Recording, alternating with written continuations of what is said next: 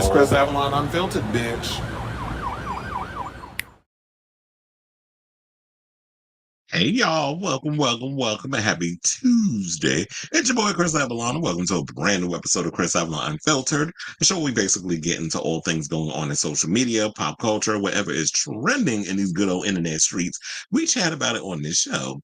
So, before we get started, can you please do me a solid and hit that like button and that subscribe button? Also, be sure to smash that notification button so that way you know when we go live with a brand new episode of Chris Avalon Unfiltered. Excuse me. I think all because I drank that damn coffee earlier and feel a little situation going on in my throat. I ain't supposed to be having dairy, but I'll be drinking it any damn way. But anyway, um, we're going to talk about Scream 7. There was some news coming out. We actually got a release date on the film, so we're going to break that down. Plus, James Dean, there is a biopic in the works about his gay college romance. So we got to talk about that. Beyonce's Cowboy Carter. Will she finally win the Album of the Year award, or will Taylor Swift yet again snatch that damn crown? So we're going to break that down. Plus, we got to talk about my girl, Wendy Wlliams. How you doing? Who finally broke her silence in this whole Diddy debacle. Because remember, once upon a time, way back in the day, Wendy Williams was the one that stayed with her foot on Diddy neck, which to the point it actually cost her being at Hot 97 and having to retreat from New York to Philly. And y'all already know, well, y'all probably don't know that whole story, but I'll break it down when we talk about the thing later. So we have that plus Katt Williams is breaking his silence on the Diddy sex trafficking investigation because he was cracking jokes at his recent stand-up situation. Plus, there was also some news that came out. I think now we're up to about 150. The amount of people who have filed suits against Diddy, and there's even child. When I read this, I gagged. They said he even assaulted a 9-year-old boy. So we're gonna break all that down. Like, this man is trash. Do not let his ass out of prison. Put him under the prison, if you ask me. So we're gonna talk about that. Plus, Lauryn Hill's being sued by her Fugees cohort, Pras Michelle. So we're gonna break that story down. I say take it for all her damn money. Mariah Carey, speaking of lawsuits, is going to war with her brother, Morgan, in court. Selena Gomez is rumored going around that she's cheating with her Emilia Perez co-star, Edgar Ramirez, because they were spotted bumping and grinding at that Sabrina Carpenter concert at Madison Square Garden, my stomping ground. So we're going to break that story down. Plus, speaking of cheating, Ariana Grande is trying to windmill and defend hard on her little boyfriend, Ethan Slater, who she didn't close her legs to while she was married to Dalton, and he was married to his wife while they was filming that movie that I don't give a damn about, Wicked, Part 1, which is coming out in November. So we're gonna talk about that, and then breaking down that story that she did with Vanity Fair. But they even asked her if she had plastic surgery. Damn, they was going in on her. But and then we also got Britney Spears out here being a hot ass mess. So she finally talking about that old situation that happened where she damn near burned down her house. She said she burned off her hair, eyelashes, and eyebrows. So we got that. And plus, we got to talk about the story that I was going to bring up, but I kept forgetting. Anna Delvey is accusing Dancing with the Stars of using her to drive up their ratings. Girl, bye. And Boosie is issuing an apology to his lesbian daughter for the offensive homophobic remarks he made when he was on Carisha Please. And Andrew Garfield's out here praising Daniel Craig's beautiful mouth massage scene that he has coming up in this highly anticipated gay film called Queer that is supposed to be coming out. I forget when it's coming out, but we'll dissect that whole situation. And I'll probably talk a little bit about Dracula, which premiered actually this morning because I stayed up about 1 o'clock in the morning to watch the 90-minute premiere. I'll talk a little bit about it. I'm not going to break it down too much because I know there's people out here that probably don't want the spoilers, but I have to say, y'all are off to a great start, and y'all need to step y'all pussy up over there at Drag Race because the boulets are kicking y'all behind in regards of like quality drag competition TV. So we're gonna talk about that and a whole lot more. So yeah, as I said before, please hit that like button, and subscribe, and also smash that notification button so that way you know when we go live with a brand new episode of Chris Avalon Unfiltered. I'm gonna hit my banner. Let's see who we got in the comments. Robert is here. Oh, you playing Kylie Minogue. Oh. I was listening to her earlier because I was listening to a Stuart Price mix that was on Apple Music, and one of the tracks from Aphrodite, because he produced that album, came on. So I was listening to that, today. I was in my little dance music mood. And I heard that, and I was watching something. Oh, I was watching the MLV podcast because of course when this news came out about Madonna, that's why I was a little late too, because I went on TikTok and I had a lot of people commenting on the Madonna video that I did yesterday in regards of the new album and stuff. And Stefan had a little panel and they was up in there talking about the Madonna thing and her new album and stuff, and it was a good episode. If y'all haven't seen it, definitely check it out on YouTube. And they were talking about that how somebody zoomed in into the pictures. I'm like, damn, y'all just crazy. But I'm glad y'all do the dirty work, because ain't anybody got time to be zooming in the photos and trying to look for little details, because they were trying to figure out if it's a new album, if she's doing pickups for the concert that's supposed to be coming out. But first of all, there's no screens in the room, so she didn't have to, like, when you do pickups on your voice in case, like, the audio, because this is what they do in films too, that you would see the screen and you would have to repeat back, and so they could sync it with what they see on the screen. There was no screens in the room. It was literally a studio. She is working on music. But they said she was inspired by the movie All of Us Strangers, and I remember seeing that finally, I think about 2 months ago. It was a good movie. Depressing, but it was good. And it was done by the guy who did the show Looking and the movie Weekend and all other stuff. So if y'all have not seen that movie, it's a gay film. Check it out. It's about, like, taking things for granted. It's like lost and love and all that other stuff. It's like it's a dark film. So I'm hoping that that's not where she's going to take us with this new. Maybe there's a couple of songs in there that it's kind of having that longing and loss. And I understand why she's inspired by that, because that was her at one point, sort of like her life, where we almost lost her last year during when she had the infection and she couldn't do the tour, and then she finally came back, and then she realized that the fans miss her. I gotta turn this fan on, hold on, because it is hot. But anyway, so yeah, so that's why I was a little late. But anyway, let's get into our first topic. Let's talk about Scream 7, because we finally have a release date, because Neve Campbell took to social media and Kevin Williamson to announce when we should be finally getting Scream. Because for what we've been hearing for the longest is that they're going to start filming in January. Still have no idea, because there was no further details on, like, when they're actually going to start shooting. But the rumor has been that they're going to start shooting because they're still working on the script. There were some things that they wanted to tighten up the script a bit. There's rumors that they're going to age up the kids, which I think is a smart move. Some people are like, oh, we don't need to age up the kids. How you going to make it? Like, it's not realistic that you have the kids in the stroller in Scream 5, and then now they're teenagers. I'm like, have you not watched a soap opera? Or have you never watched, like, a TV show or whatever? Like, I'll use, for example, like, over the years when I used to watch soaps with my babysitter and my mother, because my mother watched ABC. That was the thing she did. The woman have a damn 2-year-old, and then over the summer for summer sweets, because the kids were at home, and it was like trying to get them young ones to watch the stories and stuff, which they beefed it up. The 2-year-old be like 16. So if they do it in the TV shows, they do it they do it in the soaps. They could do it in a movie. And no shade, but Neve Campbell is like pushing, I don't know if she's 50 yet or she's getting close to 50. She's in her late 40s. We'll go with that. Late 40s, early 50s. We'll check that box. She would be at the point where, yeah, it's believable for her to have a teenage child. This is not like I Know What You Did Last Summer, where it's been 20-something years since we got I Still Know What You Did Last Summer. And you can actually put in the fact that Julie and Ray have a teenager, therefore there's been enough time that's passed. With Scream and stuff, you can kind of play in that whole wheelhouse. And I do think if you want to do some sort of thing where you want to pass the torch and make it like a legacy type of a sequel, then I think the smart thing to do would be to hire or just basically age up her kids. Because I believe she has 2 children. I'm trying to remember if they're twins or if it's just like she had 2 kids over the years individually.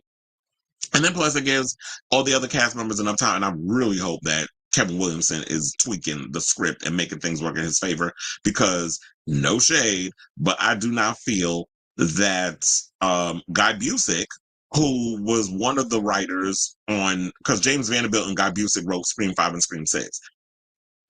There are moments one of the things I will give them to is that they have ideas that they're good at executing. However, when it comes to their full-fledged out script, it has been disappointing. I don't like the plot armor. I don't like their third acts have been pretty much weak as well, especially in Scream 6. I cannot tell you how much I despise that third act. And I pretty much figured out who the killers were halfway through the movie, around the part when the therapist gets killed. That's when I figured out who it was. I was like, okay, it's the sheriff. And then that that whole situation, and then Ethan, and then but the twist, I didn't know about the daughter. But Ethan and the cop, I pretty much figured out that they were part of that. But anyway, and I love the idea of like in the opening sequence where Samara Weaving gets killed, then the killer takes his mask off. Oh, by the way, shout out to, I forgot his name, Tony, I forget his last name.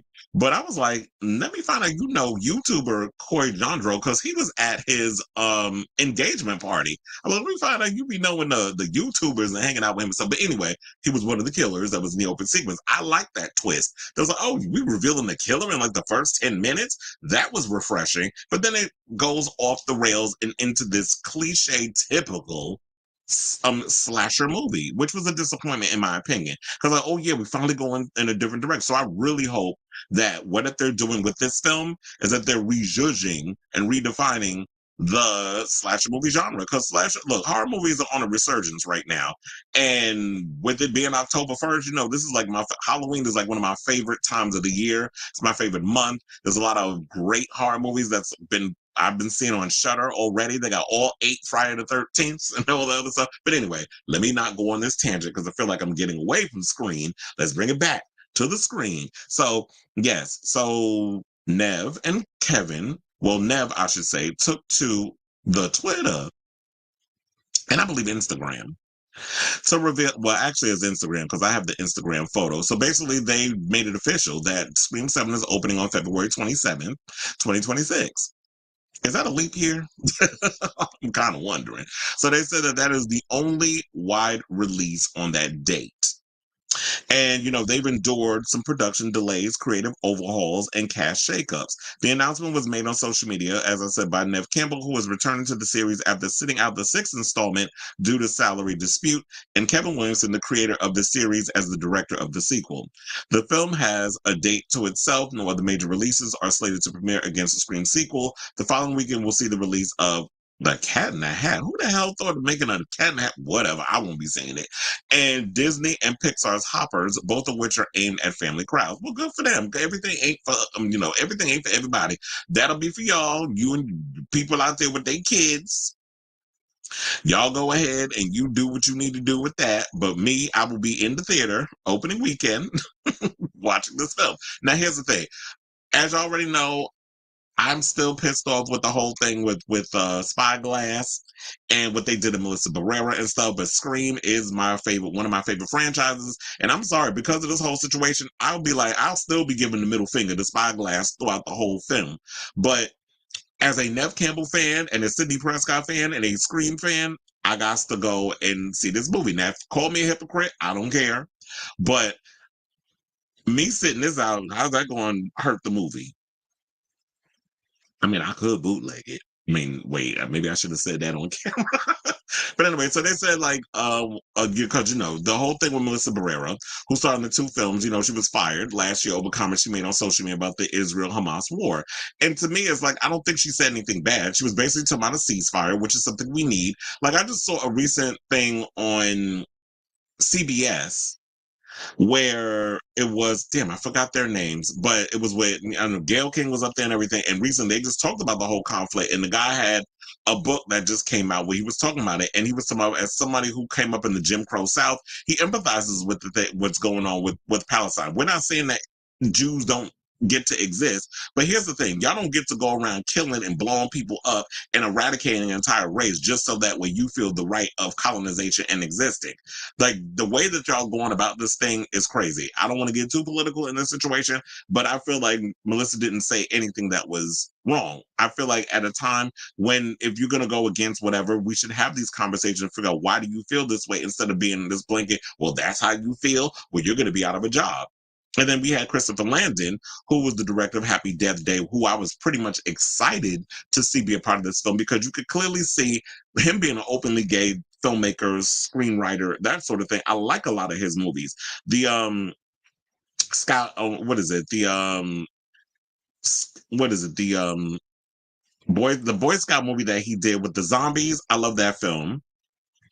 Happy Death Day I loved. I even like Freaky, even though Freaky didn't do that well at the box office. That was a really good movie, especially with the whole, swapping of, it was like what was it like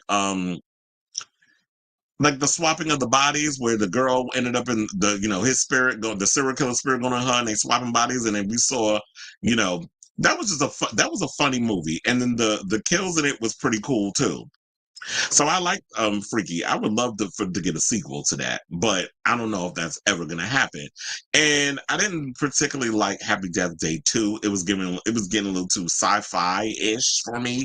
And so I was really looking forward to him being a part of this franchise, because I feel like his movies speak that Scream language. And you can clearly see in those films the Scream DNA, that he was clearly inspired, as many of us coming up in that time were, with those movies. But then this drama came about, with people were harassing him, and the whole thing with Spyglass and them getting rid of um and getting rid of Melissa Barrera, so that they trashing him and they're harassing his kids because he's married, and this whole situation. And I'm sitting there like, what are y'all doing? Like the extremists, the trolls, y'all just know how to y'all ruin it for those of us who actually appreciate and like this type of stuff. And here y'all go with y'all stupidness, just ruining it for everybody, instead of just being like, you know what, maybe it's not his fault. Maybe what you need to be doing is taking it up with the overlords who run Spyglass.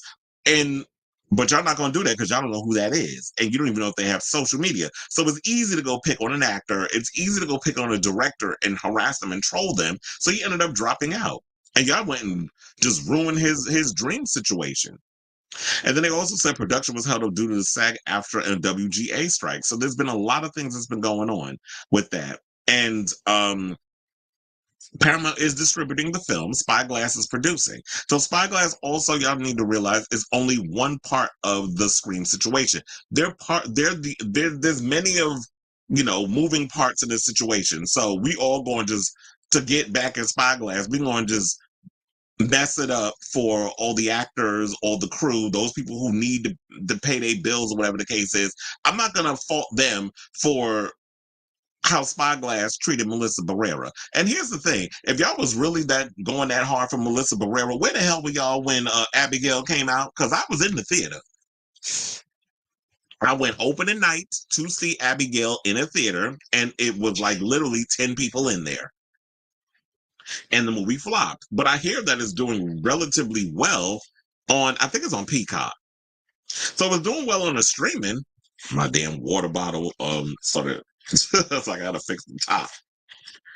So yeah, the movie is doing well out here on streaming, but it flopped at the box office. So if y'all love Melissa Barrera so much, if y'all want to fight so hard for her, where the hell we are to prove to Spyglass that we don't need y'all? Screw y'all. I mean, that should have been the thing, but y'all didn't go out and support her movie. So it's just so I look at it as it's a bunch of damn hot air. A lot of y'all are fake ass activists, and I'm not getting wrapped up in the situation. Me, as a horror movie fan, as I said, I will be there with bells on opening night seeing this damn movie, because Scream is Gen X and millennials slasher film. So y'all could try to judge it up for the Gen Z generation who were quiet as a scab. A lot of y'all don't even run to the movies and support film, because y'all didn't grow up in that time of and Gen Alpha too. Y'all grew up in the internet era. So y'all weren't up in here going to the theaters like a lot of us generations were coming up, where we went to the movies. A lot of y'all just watch things on your phone, bootleg it, or wait for streaming. And so I think that's all I pretty much have to say on this. So I say all this to say I'm pretty much excited for this movie. I am disappointed that we have to wait till 2026 for this film, because I'm wondering, why is it taking so long? Like with slasher films, it doesn't take a year. It's not like you're making Doom 3, where you need like 6 to 7 months to film that. It's a slasher film. You need like maybe what, a month and a half, 2 months tops, in case you need to leave a little space for reshoots or whatever the case is. Like slasher films don't pretty much take a long time to make. So I'm wondering what's taking it so long. Is it because you're trying to wait for a lot of actors to be ready? Like Patrick Dempsey, he's doing the Dexter series, the prequel, and I think he's got other projects and stuff going on too. So I'm wondering if it has to do with we're waiting for actors to be available. We still haven't heard whether or not Courtney Cox, because she did reveal that recently. She hasn't signed on the dotted line, or maybe she's playing coy, or maybe she's still negotiating. I don't know. But we need Gail Weather as a part of this franchise. So I am wondering what's taking so long and why the delay. Is it because y'all still working on the script and you want to make it airtight and you're having to come up with different versions? Because you already know when it comes to the Scream franchise, things leak. People don't. The thing about that I love about Scream is that it's very much Scooby Doo, and like a slasher version of Scooby Doo. We got to figure out who the killer is, which is why a lot of us go opening weekend because we don't want to get spoiled. So I wonder what all the reasons of why it's taking so long, or is if it is becoming a situation where there is a possible trilogy in the works and they want to film everything back to back. So I'm wondering. It's a lot of questions left unanswered, but I'm sure as the days progress, we'll get a little more information in regards of what's going on with Scream 7, and I will be here to bring you those stories as they develop, because it's October, Halloween, my favorite time of the year. So I ask all of you this. What do you think of this story? Are you excited for this upcoming Scream 7 movie that's coming out, and are you upset like I am that we have to wait damn near a year and a half, because it's coming out February 2026, for this film to get a theatrical release? So whatever your thoughts are, let me know in the comments down below. Okay, so we have comments. Janet is about to cancel her European tour. Why? Because it ain't making no money. Why she canceling the European tour? She ain't got that many dates. I want to know the date. But anyway, so they said, I think they were waiting for Patrick Dempsey. Courtney is going to get hired. Casting will be announced before filming. In my opinion, they perhaps did the right thing. Well, you know what? Then wait for the controversy. Take your time with the script. Don't rush it, because there's a lot riding on this Scream movie. A lot of eyes, a lot of naysayers, a lot of shade. A lot of people going to be sitting there like, okay, now we want to see if y'all can bring it. I mean, quite as it's kept, this franchise is almost 30 years old. So I don't know why all of a sudden now everybody wants to get a battery in their back and be real mad at the franchise over Melissa Barrera. So it's just funny to me. So I was like, I'm believing the delay was done on purpose. It was so much controversy that just let it die. Yeah, because people, people, in my opinion, we are a forgiving bunch. People don't hold grudges for a long time. It's like out of sight, out of mind. It's a perfect example. We know what a vile human being Donald Trump is, but it seems like a lot of people don't forgot because he's running for president again. He said all kinds of vile stuff, and it's just like, whatever, business as usual. Yeah, she canceled the one on October 13th. That was supposed to be the last show. Yeah, whatever. Hi. Yeah, I heard. That is going to be one of the topics that I bring up when I bring up Wendy Wlliams and that whole situation. So yeah, I brought that up in the beginning of the show. We're going to talk about that. I said leave him under the jail, and it's funny now he's trying to get out of jail now for a third time. After this tea came out, sir, you might as well get comfortable with them damn rats, circling your bed that you sleeping on in that little 8x10.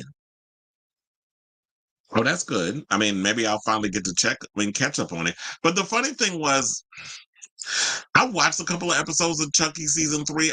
That's one of the reasons, I guess, why the ratings was what it was, because I think a lot of us genuinely felt that way. We were disappointed with season 3. The first 2 seasons were really good. Season 3, Don Mancini went off the damn rails. Typical, like he was giving Ryan Murphy, like I guess they would channel each other. It's like, why am I gays when it comes to the horror? A lot of y'all just do that. Like y'all get ridiculous with the stuff. Because I already heard Grotesquerie is not a good show, but I heard that Niecy Nash is good in it. But I'm gonna still check it out. But that would be good. Hopefully that Shudder will get to pick it up, because Shudder's been showing a lot of other things. Shudder was showing Daryl Dixon, The Walking Dead, which just premiered its 2nd season on Sunday. I got to check the new episode out because Melissa McBride is back as Carol, so I definitely have to check that out. And that's the only spinoff in the franchise that I like. All the other ones have been mid to me. I didn't even like the one with Michonne and Rick. I watched maybe 3 episodes and I was done. It's like, I love y'all as characters, but this season is just trash. So the only good ones that came out of the show where it's like, y'all finally got something interesting going with it is Daryl and Carol. I don't even care about Negan and Lauren Cohan. I don't even care about them two. But unless y'all can make season 2 better than season 1, then maybe I'll come back and watch. But for the most part, it's Daryl and Carol for me. They said the support for Melissa isn't there. Abigail flopped, and I guarantee Frankenstein's Bride will flop, which has the debut single by Melissa singing the theme song. Here's the thing. I mean, it just feels like more people are for Jenna Ortega than Melissa Barrera. First of all, when Scream 5 came out, y'all was throwing so much shade at Melissa Barrera, making like, oh, we don't like her. She's not a good actress. Then they fleshed her character out better, and it was cool. But everybody really was for Jenna Ortega. She is the one that's the breakout star. Hence why Beetlejuice was a huge hit. So I feel like it's all fake outrage. Y'all really ain't out here going hard for Melissa Barrera. It's just a bunch of BS that y'all putting on social media to make it try to sound like that y'all really all for this whole thing that's going on in the world. Y'all just want to have that whole activist energy thing so bad. I'm not buying into it. So, and that's why I say Abigail flop. But I did go. I told you I went to the movies to see it. I was supporting it. But you said, oh, that's all facts, no shade, maybe shade at the so-called. But well, here's the thing: when you was talking about that Frankenstein's Bride thing or Bride of Frankenstein, whatever, the movie I'm really looking forward to is Nosferatu with Robert Eggers, that directed the film he directed, and I'm like, look. We got Nicholas Hoult in this film, probably playing the role that Keanu Reeves was bad in. You know, Minna's boyfriend that goes to the castle to meet with with Nosferatu. Wait, that's Bram Stoker's Dracula. But it's kind of similar in that way. It just, with the aesthetic and everything, it's giving me very much Bram Stoker's Dracula teeth. But Robert Eggers with this film looks pretty good. The only issue I have is that, well, not issue, but Nicholas Hoult being in the film, I'm like, finally he's in a good Dracula movie, because that movie he did, Renfield, was terrible. Beetlejuice coming out next Tuesday for rental. And you know what's also coming out too? Alien Romulus is coming out, I think, next week or the week after. That was a good movie. I saw that twice in the theater. Nothing but a hippo, Chris. Okay. And unlike most horror franchises, it's all connected because they're going to connect part 5 and 6 and bring Christina as she hunts Billy, despite him lying about being undersexed. Mm-hmm. Well, he was out here laying low and spreading wide and cheating. And I wonder if they actually going to do like a Force Ghost of, Star Wars reference, a Force Ghost of Billy Loomis in this one, and then explain what happened to the Carpenter sisters. Does she? I mean, she's one, you know what, say what you want about Nikki, but she deserves to be up there. She's definitely proven it to be a legend in her own right. The attitude is thing. But other than that, she definitely deserves to be up there. I thought about doing that whole pitchfork list thing. I looked at that list. I'm like, what is this shit? I was like, I don't care enough to do it. So that's why I was like, we'll do the Grammy prediction with Beyonce and all that coming up. He said the screamer would just seem like nostalgia bait at this point. Well, look, if it's nostalgia bait, and I'll read the movie down to the floor, kind of like how people reading Joker 2, which is getting trashed by critics. And I wasn't surprised. I was like, this movie looked like crap. It was unnecessary. Y'all just jumped on the bandwagon because it made a ton of money at the box office. It made $1 billion. So now everybody's trying to jump in on this whole let's make a sequel. And it wasn't needed. They said from the beginning they wasn't planning on doing a sequel, but Warner Brothers was being greedy. And look at you. Now you got a bad movie. All the critics is out here hating it. Well, most of them. And I was like, I didn't even like the first one. So I could care less about the sequel. But anyway, let's move on and talk about James Dean, who has a biopic coming out where I don't think we've ever gotten a biopic. Oh, wait, I think we did have a biopic. James Franco played James Dean in a film, but I think that was like for network television. But anyway, so there's a biopic about his gay college romance that is in the works that's coming out. And I'm like, as somebody who is a fan of classic movie stars like Montgomery Clift and Tab Hunter and Anthony Perkins, whose son Oz Perkins directed Longlegs, which I need to get around to watching. But I've heard mixed reviews on that. But still, I want to check it out because it's a horror film and I like Michael Monroe, who's dating Ariana Grande's ex-husband, who we're going to get into talking about later on in the show. It's funny how it's all connected, right? So anyway, so there is a feature film about James Dean's supposed gay college romance coming out. And they said writer-director Guy Guido has acquired the rights to late author William Bass's 2006 memoir, Surviving James Dean, and plans to film a biopic of the same name. Having written the script, Guido has begun meeting with potential producers and is in the process of landing the right cast for the key roles. In his book, Bass described meeting Dean at the UCLA theater program at the age of 19 and wrote that the two men became roommates, close friends, and eventually lovers. Bass claimed they kept their fling private to avoid hurting Dean's career, while the rising star had relationships with female stars, with Bass remaining hopeful that he and Dean would soon live together again. 5 years after meeting Bass, Dean died in a car accident in 1955 at the age of 24, with two of his signature films, Rebel Without a Cause and Giant, released posthumously. And that's crazy because it was like James Dean was another one who was just gone too soon. Kind of like how we always think of like Aaliyah and so many other people like that, where it's just like your career's about to pop and then you die in a damn car accident. Because I believe he was like living fast and live fast, die young. Bad girls do it well, in the words of MIA. So not to laugh at, him passing, but just the reference. But yeah, but there was always rumors about James Dean hooking up with guys, especially, with him and Sal Mineo was another one from Rebel Without a Cause. That Rebel Without a Cause is actually one of my all-time favorite movies. I cannot tell you how many times I've seen that movie. I don't know what it is, but I just love like old classic, old Hollywood type of movies. It's just like I guess because when I was a kid, like my parents would put those type of things on. So it's like I grew up watching classic films. And I feel like I would like that the younger generation would get into like the classic movies and have an appreciation for them. I hope they don't end up dying off where people those movies are too old, because I could have thought the same thing. But it's just a good thing to kind of see like where cinema started. But I guess you have to be like a real big movie fan to appreciate those type of films, and then seeing like how the times were in the 50s and stuff, because of course that was before my time.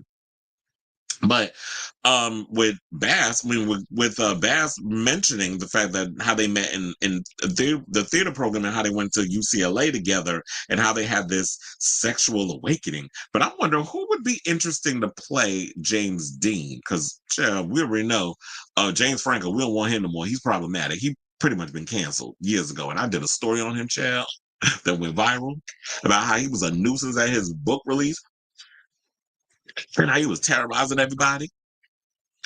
But anyway, so there was so I don't know. I was thinking Taron Egerton or somebody like that would probably be a good James Dean.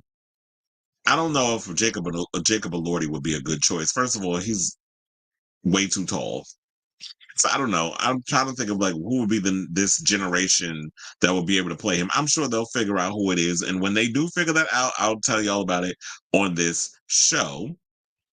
But they went and said that Guido's script is set from the first meeting between Bass and Dean to the actor's death on September 30th, 1955, with the movie's announcement timed to the anniversary of Dean's passing. Bass died in 2015 at age 84.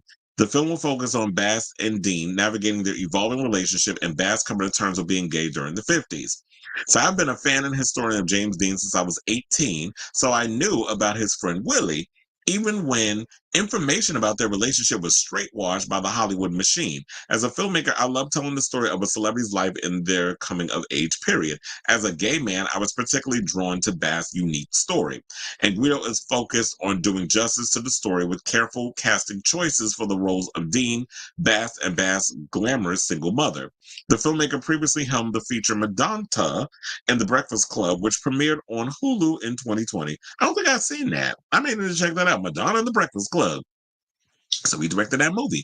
And I like the idea of someone actually coming in, because the one thing I tell y'all that I can't stand when it comes to Hollywood is how y'all sit up in here and queer wash, the gay stuff. Especially like when it came to Bohemian Rhapsody. I always use that as an example. I hated that damn movie. I mean, even though it was great that Rami Malek won the Oscar or whatever, but for the fact of y'all trying to make Freddie Mercury out to be bisexual and he spent more time with women, and then the only time you seen him with a man was like, okay, towards the third act, which y'all kind of alluded to, but then he goes into the bathroom and has like a tea room session, but you don't see what it is. I'm not saying we need to full on see a mouth massage and somebody actually clapping some cheeks, although it would be good to kind of see that representation, because we gays are not sexless. We're not eunuchs, even though I guess for that straight gaze, Gaze, not Gays, y'all want to keep it a certain way because y'all don't want to disrupt the straight people. Oh my God, man, let's see homosexuality. I'm like, but he was gay. Like, what do you expect to see? Two people kissing in the in a bush, and all of a sudden the camera pans and you see like flowers blooming and stuff. Like, those days are gone, Chad. Those are the way they used to do movies back in the 40s, 50s, and 60s before they got a little more explicit later down the road. So I definitely want to see this film because I want to get an essence of the real James Dean on the screen and doing him justice, because and seeing some real queer romance and relationship, not just with the white folks, but we need to see more queer representation on the screen, small screen, big screen, wherever, in general. And I do wonder if this is going to end up being released theatrically, or is it going to be a studio, like a streaming release? Because I don't know if people are going to want to run to the movies to see this film. I think it'll probably do well on a streaming service. Like, if it ended up, I hate using Netflix as an example because Netflix, y'all just be trash when it comes to how y'all promote y'all product and how y'all promote movies. Y'all just throw it up on there and just, oh, look, it's there. Go ahead and watch it. But if it ends up on like a Hulu or something, I would definitely want to check that out. But he also said that the movie doesn't have financing, but he feels hopeful about finding the right fit after taking recent meetings about the project. To wrap this up, he said, I want to find just the right team to partner with, producers that understand the gravity and importance of a story like this, especially in today's divided social climate. Maybe you can hook up with them people that Joaquin Phoenix dumped when he was supposed to do his little gay movie out in Mexico that he decided not to make. So maybe you can hook up with them people over there. Maybe they could produce it, since Joaquin Phoenix want to do trash ass movies like Joker 2, but want to renege on his other obligations. So I say, well, let's say, what do y'all think of this story? For those of you who are like movie historians or whatever, as a fan of James Dean and his short disc, filmography, I definitely want to check this movie out and see, and get a taste of how he was as a young person back in the 1950s. I've always kind of liked that retro 1950s type of look, especially with the clothes and the cars and all that stuff. That looked like a really cool time in which, even though y'all didn't like people of color back in the day, but I like the overall aesthetic of that time period. Like I said, the cars, the fashion, all that other stuff. So let me know what you guys think of this story in the comments down below. You said Lady Gaga isn't Harley Quinn, but Margot Robbie is. Yes, she is. We always like Margot Robbie. Doesn't Haley Cuoco do the voice on the Harley Quinn animated series? I like Josh Hutcherson. Josh Hutcherson is a cutie, but I don't know if I can see him doing it. Austin Butler, I like Austin Butler, but he doesn't give me James Dean. I mean, he does kind of embody that whole look because he's done a lot of films with me because he played Elvis. And then he also did that movie that came and went with Tom Hardy that I believe is on Peacock as well. So he's I don't know if I see, I mean, he has the look, but I don't think he has the James Dean look. James Dean was like blonde. They'd have to go with that, and I don't even think dyeing his hair will help. And I know somebody better not say Timothy Chalamet. Timothy can't be in every damn thing. I don't know. I'll have to really think about this. Okay, so now let's move on to this topic and let's talk about Beyonce's Cowboy Carter. So the Grammys have not the nominees have not been released yet. However, Rolling Stone just recently did an article that was brought to my attention yesterday. Shout out to Onyx for bringing it to my attention, friend to the show, and was bringing up this whole situation that they did their predictions of who they think will be getting the Album of the Year nominees. And I'm wanting to weigh in on it as well based off of what they said. So as a class, I thought it'd be relatively entertaining that we could bring this up. And of course, y'all can chime in as well because, we encourage that on this show, comments and things of that nature. Why she give me Lil Jon tease the way she doing this picture? Yeah. So they said, while the Queen of the Beehive has the most wins in Grammy Awards history, or should we say herstory, she has yet to snag the coveted AOTY award. Now, leading up to the Grammy nominations on November 8th, Rolling Stone is breaking down 13 different categories. For each, we're predicting the nominees as well as who will and who should win on Grammy night.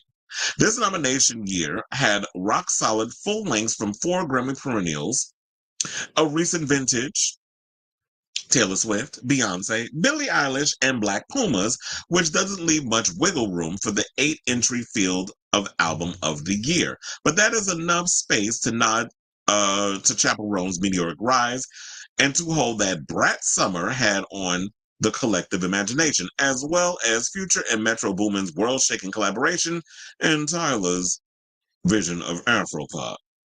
So basically, based on their list of who they picked as album of the year, they said the following. They said Beyonce's Cowboy Carter, Billie Eilish, Hit Me Hard and Soft, Black Pumas, Chronicles of a Diamond, Chappell Roan, The Rise and Fall of a Midwest Princess. And basically, the name of that title of that album is starting to mimic her real life because the way she's been acting in this media as of late, it is about to be the rise and the fall of a Midwest Princess.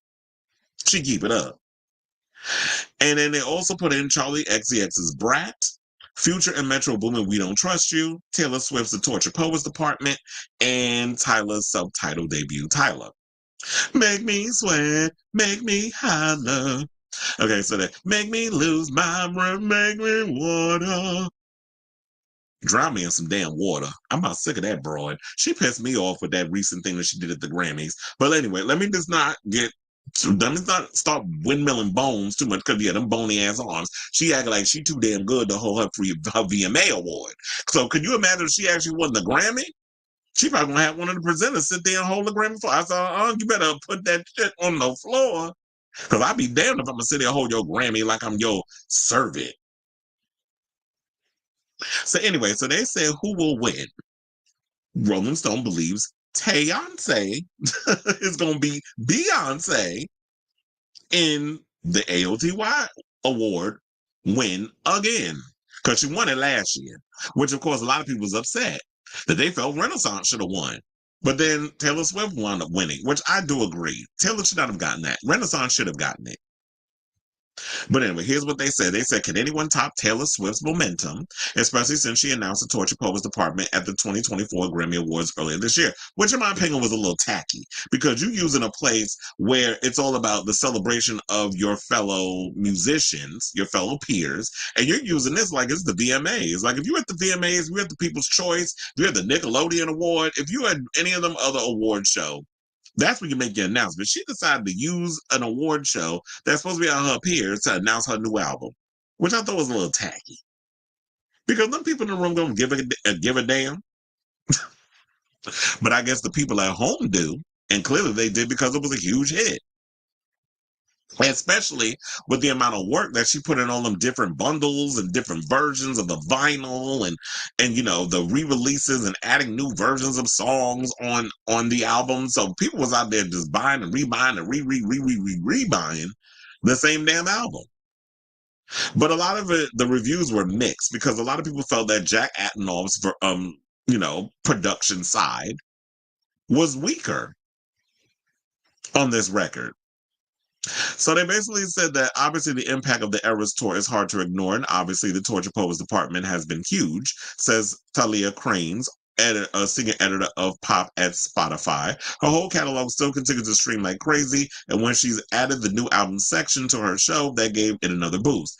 TTPD being produced by Jack Antonoff, who currently is on a 3-year winning streak for Producer of the Year. I believe his band Bleachers, is going to be at my job this week. I think on Thursday or Friday. I can't remember off the top of my head. But anyway, so it said for Producer of the Year, non-classical should help Swift's case, as should the final leg of the Eras tour, which runs from October to December. But who should win?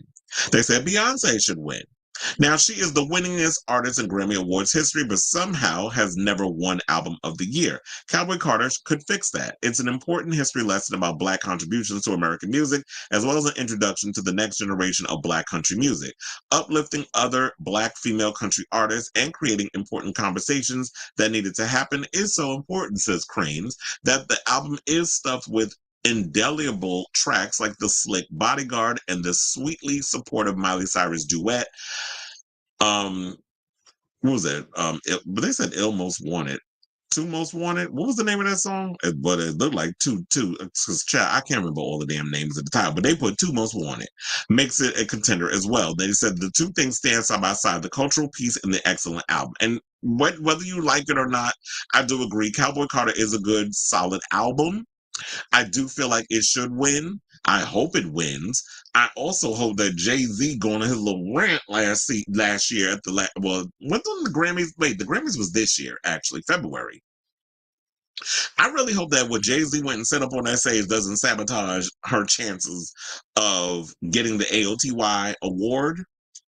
But I do agree that Cowboy Carter is way more a solid body of work than Tortured Poets Department.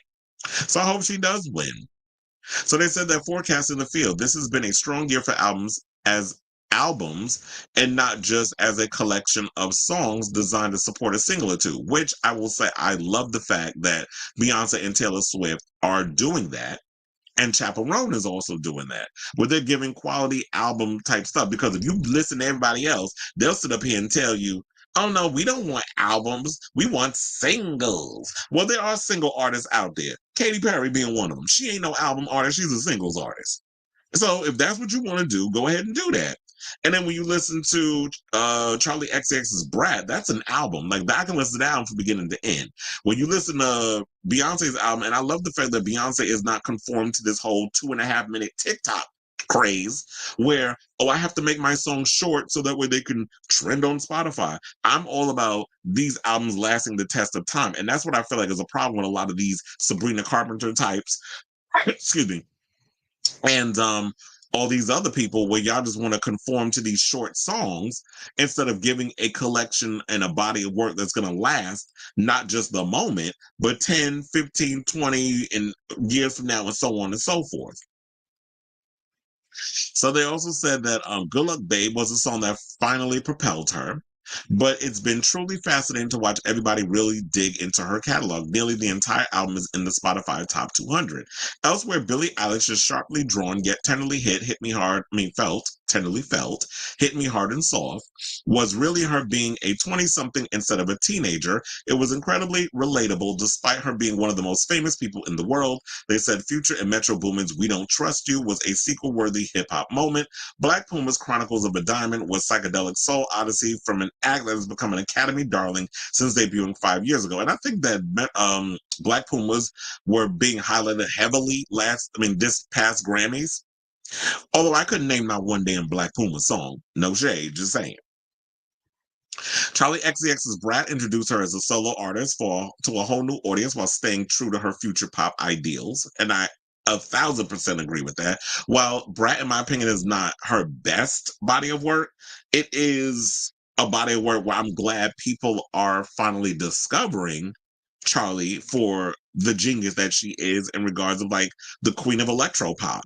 Like I feel like, or hyper pop, whatever you want to call it, but I feel like she, in my opinion, is a true Madonna successor in regards of pushing the boundaries and genre of music and keeping her one foot in the mainstream, but also in the underground. So in my opinion, when people talk about the next Madonna, whatever, Charlie XX embodies all of those characteristics, which is why I live for her music. I like all her albums. I'll even say I like Crash, even though I felt that album was, well, she calls it her sellout record. But I like some songs on that record. But Pop 2 is my jam. Like, I love Pop 2. But anyway, so moving on from that, they said that we've always known she had it in her. And now Tyla's win last winter, she nabbed the inaugural Best African Music Performance Award for her breakout single Water, indicates that her album might receive some Big Four love. Well, good for her, but I don't know anybody that's really out here checking for Tyla like that. But if y'all are, let me know in the comments. I know I'm not. I don't particularly care for her. But they said the list of potential snubs is almost as impressive as the list above. It includes Zach Bryan's Finally Wrought and Bruce Springsteen assisted The Great American Bar Scene, Sabrina Carpenter's Frothy, Short and Sweet. That album is not good. I'm sorry, but it's not. I understand all the hype around her and stuff, but I was so bored with that record. And Chris Stapleton's Ballad Heavy Higher. Now, here's my overall thoughts. I said I would love Charlie to walk away with the AOTY award since she did have the gays and the girls in a chokehold with Brat Summer. Billie Eilish is another one who delivered an excellent album this year. But honestly, I don't see her walking away with an AOTY award either. But I do see her walking away with a Grammy of some sort. I don't know what type of Grammy, but I do see her winning some Grammys. I also see Charlie walking away with some Grammys.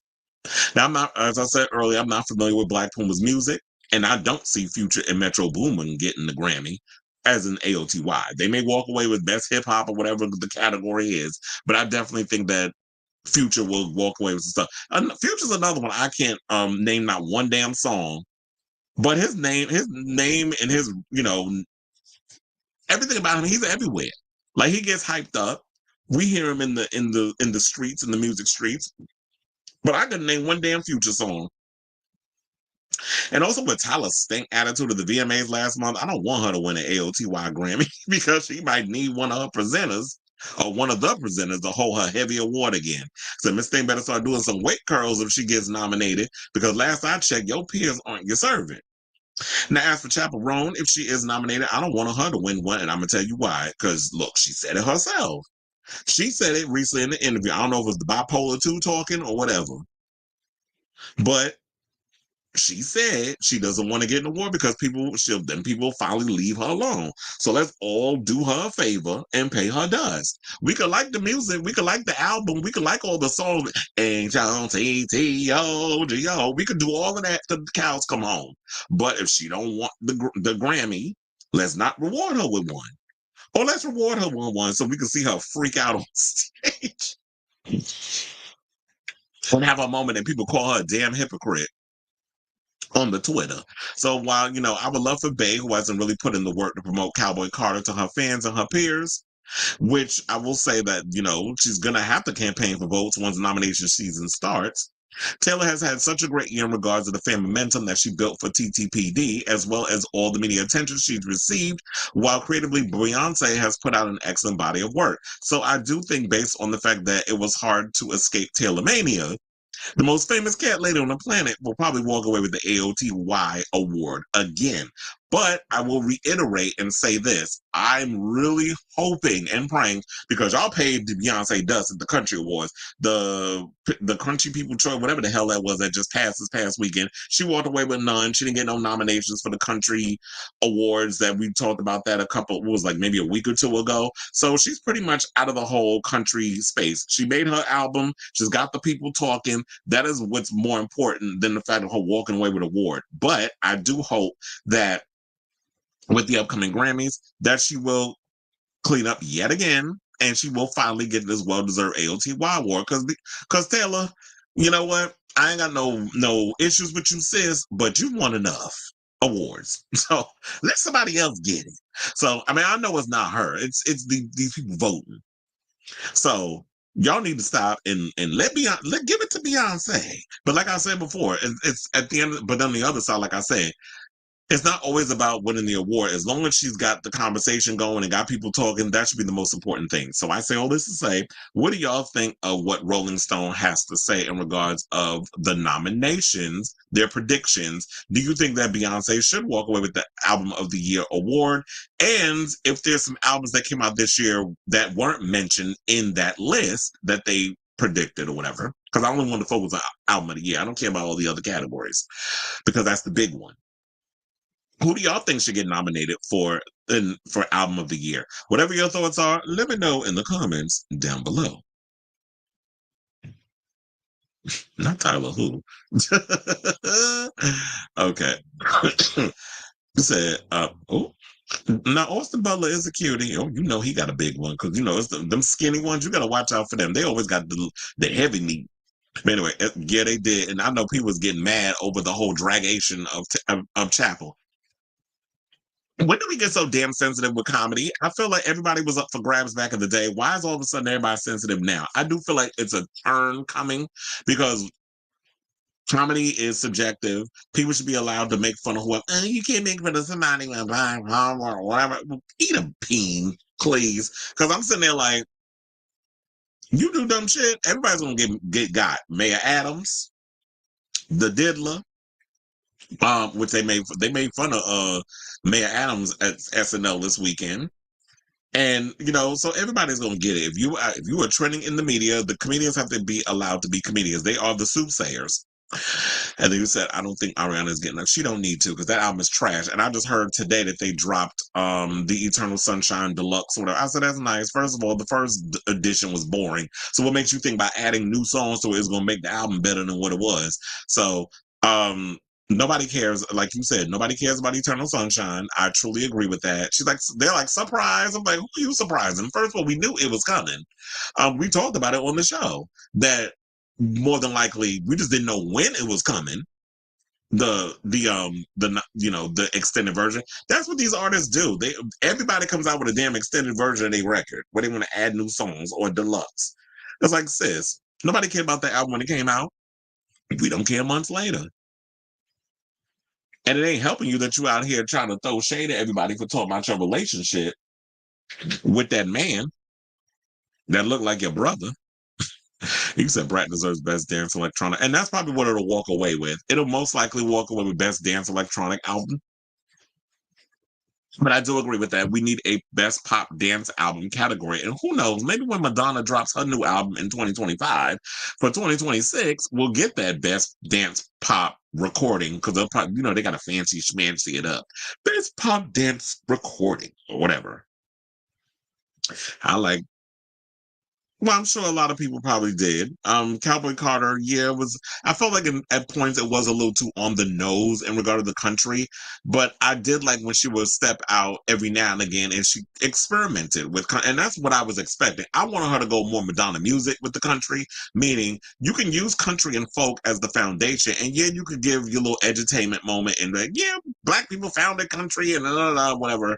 But then also, let me add these other elements. Let me add a little electronic glitches or whatever up in there. And then also let me add a little hip hop and things of that nature. I would have liked for her to kind of go into that and kind of play it, mix it up a little bit, make it you.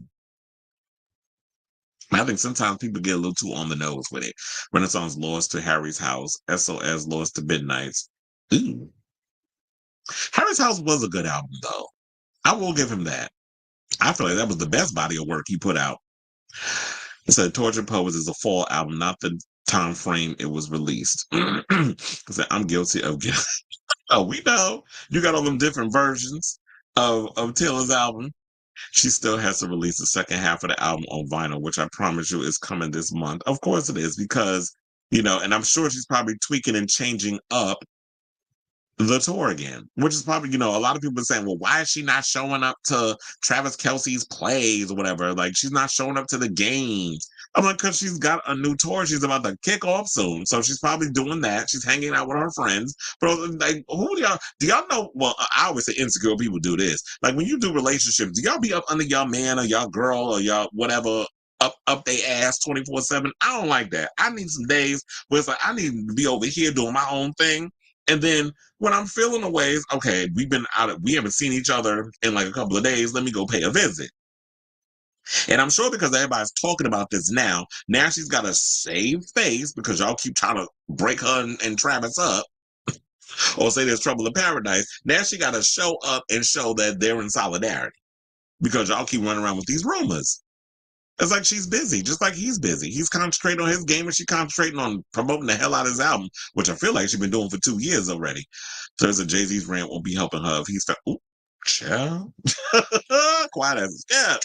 Because I feel like Jay-Z, they coming for you next. Look, they already seen that video about what the hell's his name? Dame Dash going in on Nick Cannon for asking about Foxy Brown. He said, I ain't the one you need to be asking about her. The fact that Jay allegedly was hunching her when she was 15. And he a grown-ass man. They said the same thing about him and Beyonce. He like him young, in the words of Tove Lo. He like him young, yeah. But anyway, so it said, oh, exactly, who? Because to me, I feel like she another one with you run around here with your little stink attitude. And it's like, girl, you're going to be gone as fast as as fast as you get here. I've noticed that Chapel has been quiet on social media ever since. She need to be. And she need to get herself together. As she said, if she don't want a Grammy, then don't submit any music. Exactly. Kind of like what Drake did, right? He said, I don't want to give it to, not give it to Jay-Z before, not give it to Beyonce before Jay-Z get arrested. It's like, yeah, don't submit yourself because Drake did that too when he was protesting the Grammys. If you don't want to, if you don't want to get the awards, then don't submit your music. That as simple as that. But to me, I think people have been getting on Chapel because she's been flip flopping on a lot of her opinions regarding the industry. Like one minute the industry is so hard and people are bullying her and she's getting harassed and all something, but then the next minute you want to go hang out at the Grammys, you want to go you want to give up performing places because you want to go hang with your peers, and people are looking at you like, girl, we made you famous, like how dare you. I mean, there's a time and a place where you can go do all the awards and things, and stop doing award shows, stop being on a couple of magazines and doing interviews when you keep putting your foot in your mouth if that's not what you want. But I always say you get back what you put out. And it's like she hasn't realized that. Pitchfork also released the greatest. Oh yeah, I think I saw that. I'll look into that. I did see that in passing. It said only 5 of the top 10 are A-list names. Their list is definitely for the alternative heads. Yeah, because I saw Fiona Apple's name was on that too. It said I listen to country radio a lot, and I'm listening to it right now to the grocery store, and I've never heard Texas Hold'em. Well, some people say, oh, it's discrimination that they're not playing Texas Hold'em on them. This ain't Texas. Clearly, because they won't play it. But anyway, let's move on.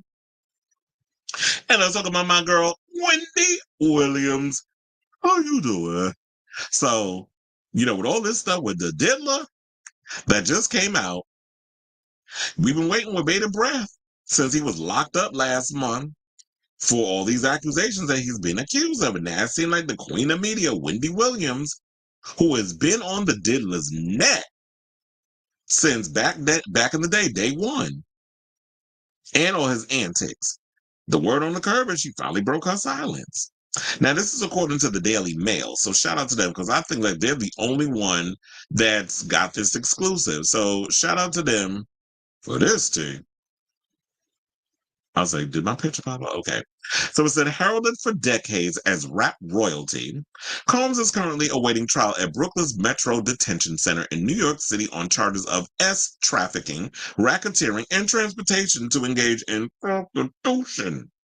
Now, Wlliams, who's 60, had always been openly critical of the disgraced music mogul, who's 54, throughout her career, so it was unsurprisingly relieved to learn that he is being investigated. Saying, what is really weird is that I have been told by so many people, Wendy, you nailed it, she told Daily Mail exclusively, including some people from my family who have said the same. The popular TV host, who said that she was doing good in the wake of her aphasia diagnosis and health concerns, said she was horrified at the video of Combs abusing his then-girlfriend, Cassie Ventura, in a hotel lobby. So you know how I feel about that? It's about time.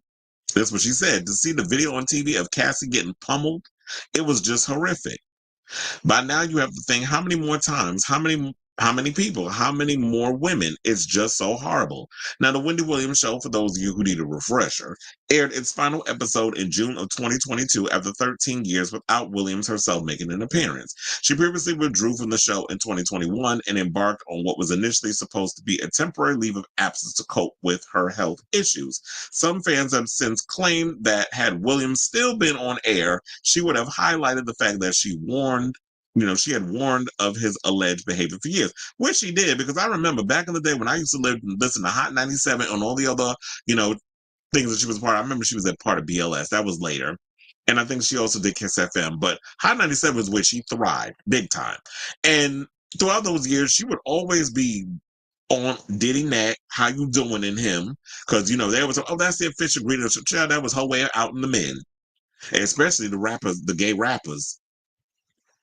Remember Caution, the gay rapper that she had brought out back in that day? I don't know why he popped in my head. But I remember Caution? Anyway, he was supposed to be like this big gay rapper, and he came and went like a fart in the wind. I don't think he was ready. I think that was like in the 90s when that happened. But anyway. So yeah, she was always on his neck in regards to that whole situation.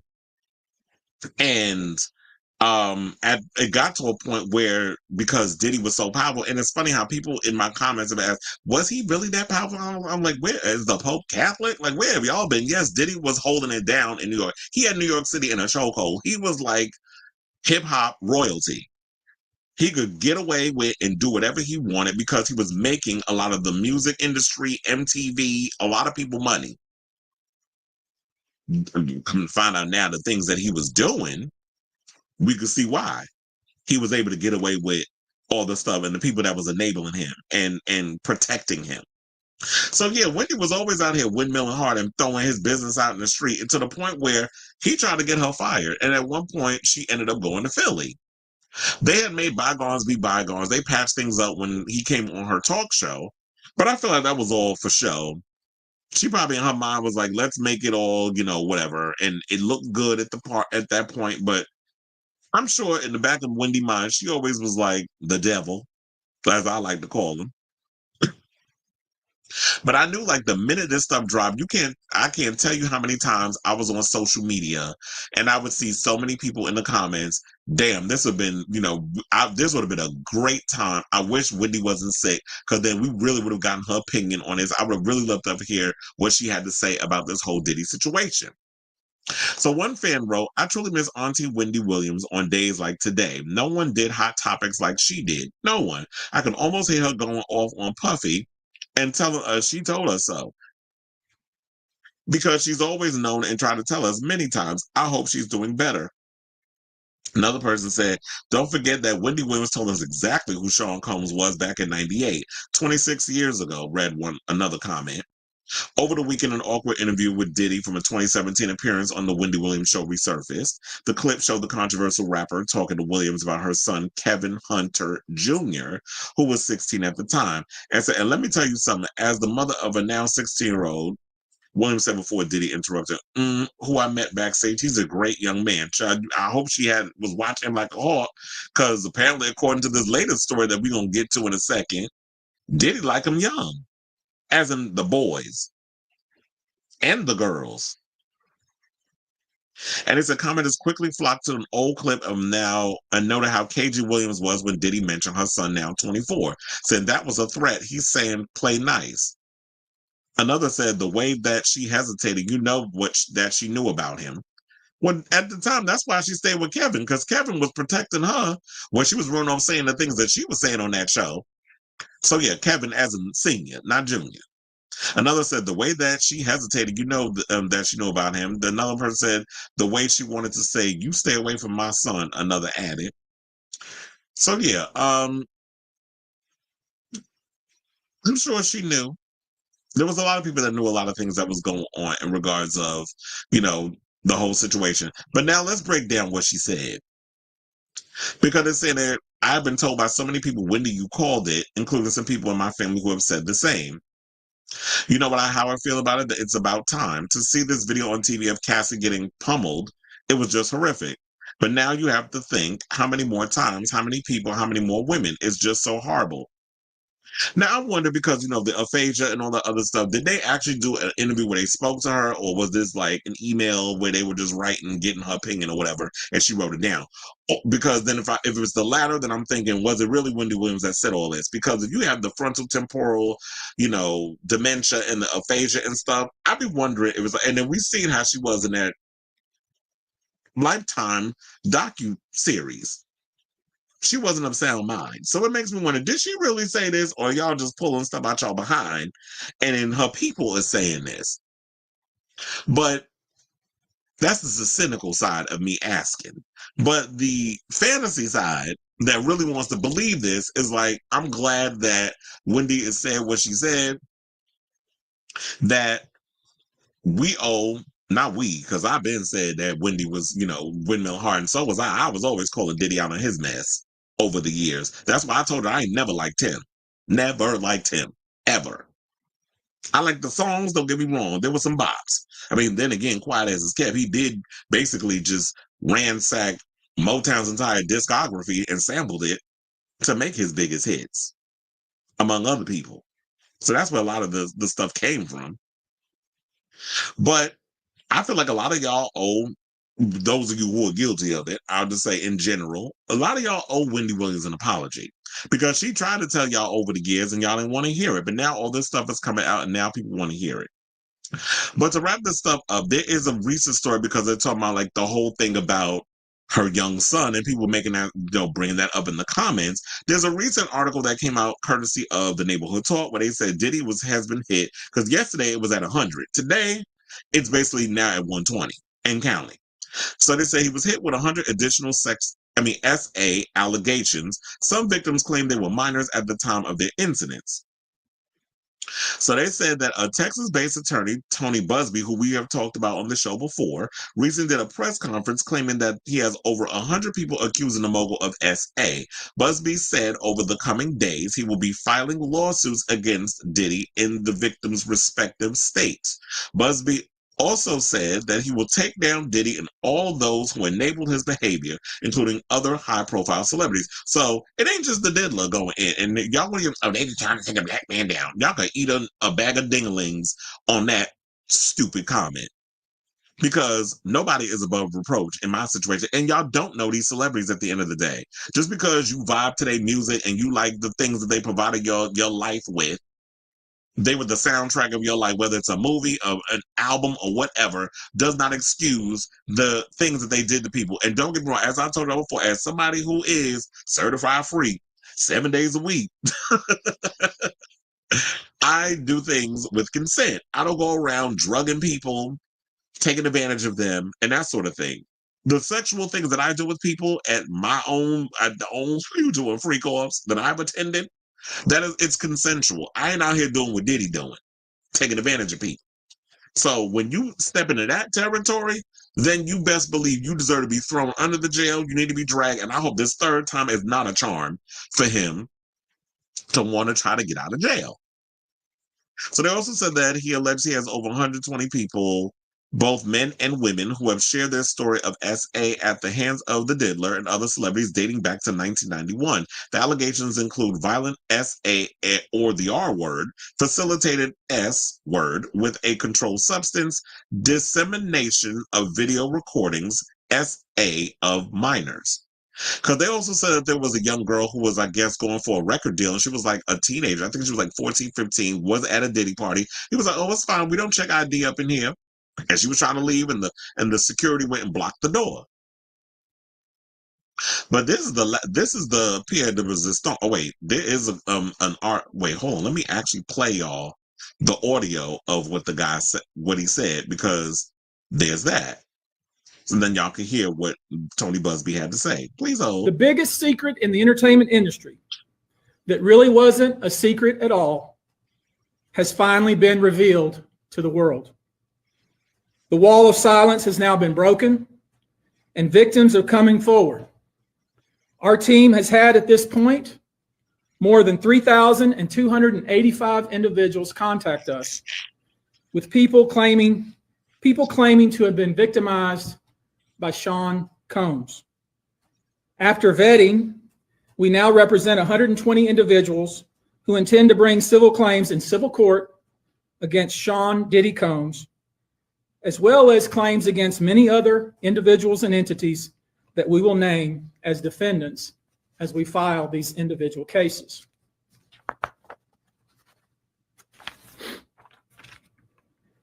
And you should know, to the extent the clients feel comfortable, we also intend to make these individuals available to the authorities, specifically to the FBI. And you should also know a few of them have already been spoken to by the FBI.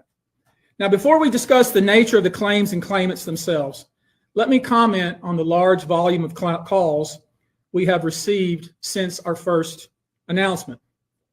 Even before the indictment of Sean Combs, we had received a small volume of calls and had screened a handful of cases. After the indictment of Sean Combs and the announcement that we were pursuing these claims, the floodgates opened.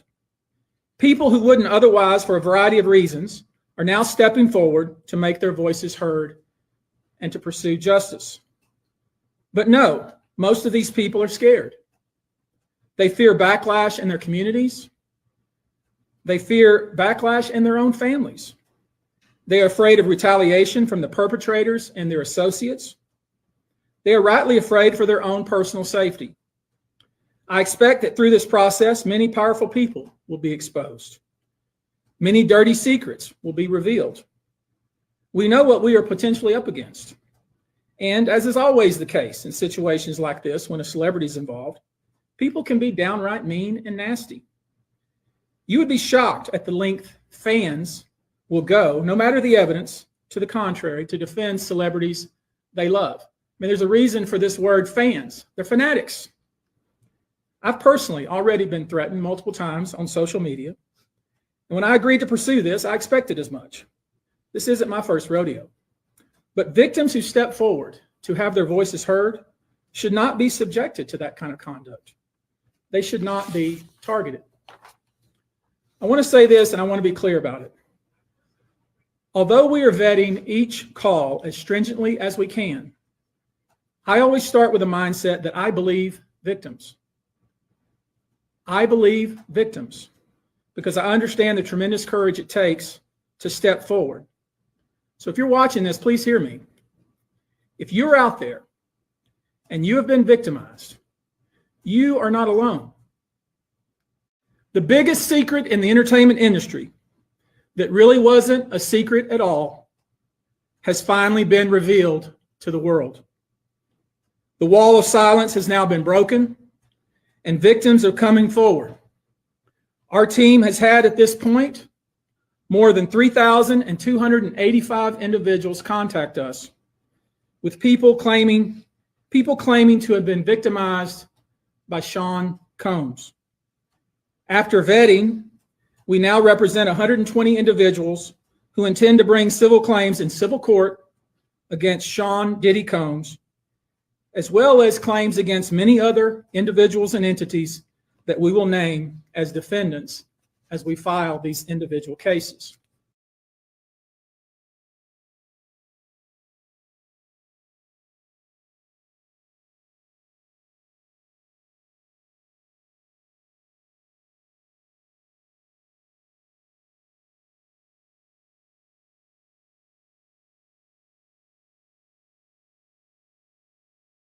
Out and say something. Why you want to do something? Why you doing it? Are y'all trying to take a black man down? You know, all that stuff. Because everybody aspire to be like a Diddy. But if y'all want to go out here, you know, R-wording people, S-A-ing people, and trafficking drugs to be a Diddy, then yes, y'all deserve to be in jail.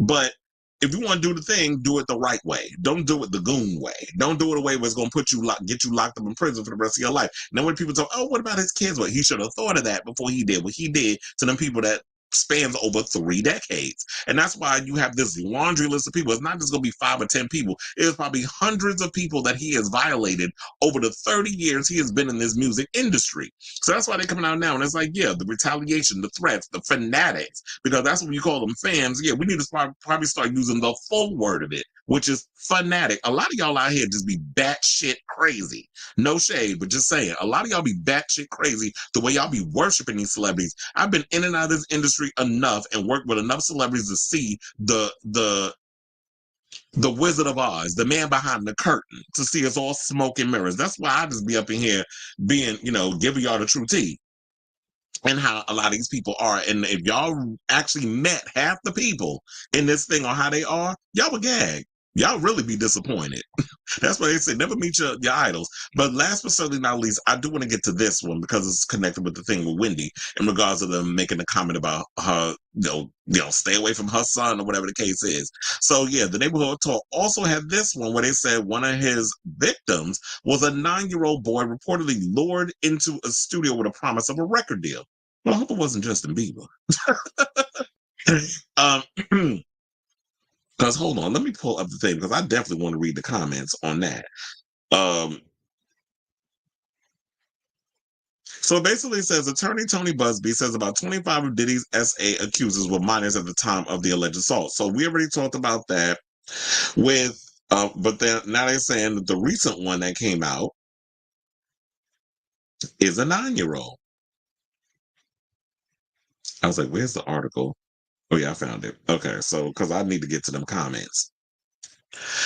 So they said, Busby claims Diddy lured a 9-year-old into a studio audition with the promise of a record deal with Bad Boy and then allegedly SA'd him. Another victim was 15 and was allegedly R-worded by Diddy and others at a New York City party.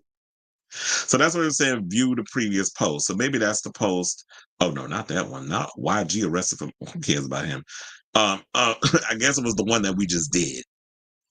But then here's what the idiots are saying in the comments. So they say, "Oh, Bobby Lights, if you don't get your greasy stank ass off the internet, shut up, you tired ass queen. That's why your music never took off." He going up in here saying this is likely a lie and y'all spreading it like wildfire. So sad. I'm starting to really feel bad for Diddy. Okay, girl. Now you've been radicalized. And is that hoe still on Love and Hip Hop? Because don't nobody care. And that's another one they need to lay off the book of sugar. She talking about she laying off it. I doubt it. So they said calling this a lie when Justin Bieber is falling apart right before our eyes after the trauma this man caused him is insane. Praying for these young men who endured this. This is so sad and painful to see. Another person said Diddy is not a saint, but this is filmed a bit like of ambulance chasing. A white man doing press conference in front of a banner with 800 number. Child. Now here we go. Didn't I say they was going to start all of this? But somebody said, I don't believe a man with kids himself would do this to children. It's a lot. Okay.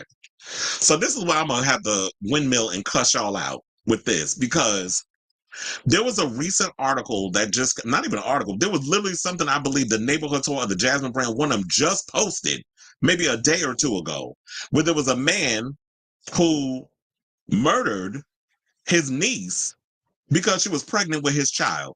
The niece of his girl. But then they also said that he sexually assaulted his own child, who was probably under the age of 10. So y'all sit up here thinking Diddy's incapable of doing these things? Really? There are a lot of kids out here who are I said a lot, I ain't say all, who are products of sexual abuse at the hands of their parents. Y'all really don't think kids can be sexually molested by their own parent? Like, are y'all slow? Are y'all real dense? And I'm sick of y'all with this. Like, I'm ready to fight. I really am. But I can't be out here windmilling everybody. So one person said this, and we're going to wrap this up.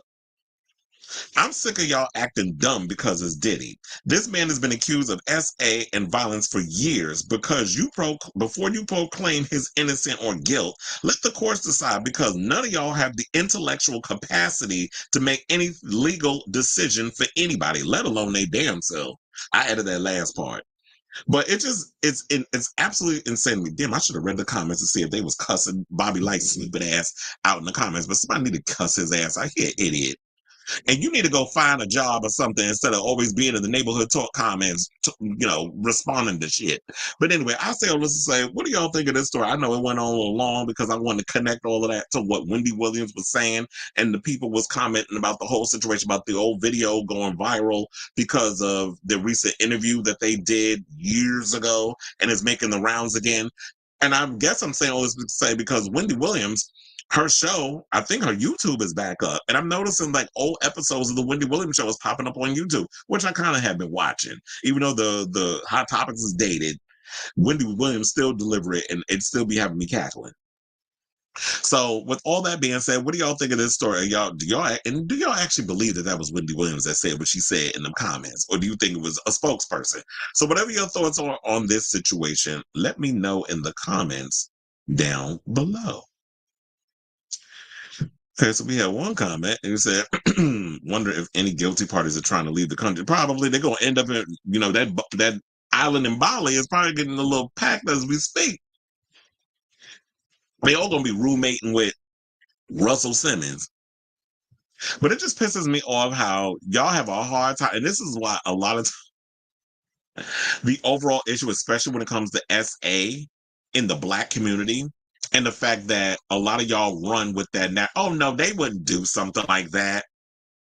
Meanwhile, I'm sure y'all got an uncle and sometimes an aunt that done diddle with your damn kids. And I'm tired of people running around with this narrative like y'all think is not possible, that there's a lot of kids running around that's been abused. I have a lot of friends, even there's some people that have been on the show. Felix has been open about how he was SA'd by a person in his father's building, which is why he hated going to his father, visit his father, whatever.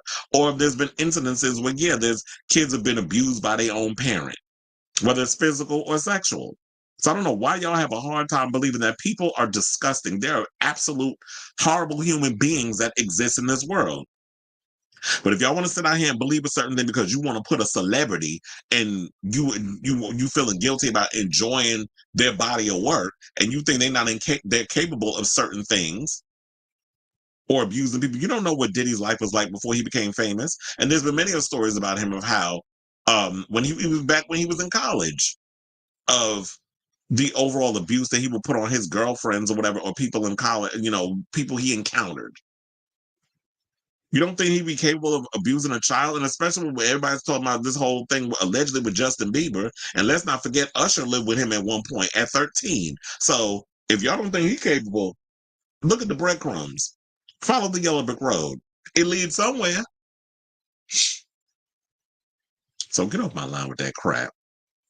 But anyway, let's move on. Let's talk about my Virgo twin. Yes, we're both born on September 2nd. That's why I'm told about Katt Wlliams is my Virgo twin. So Katt Wlliams, when he's on stage, he don't never hold back. So recently he went in on the Diddler while he was doing his stand-up. Excuse me.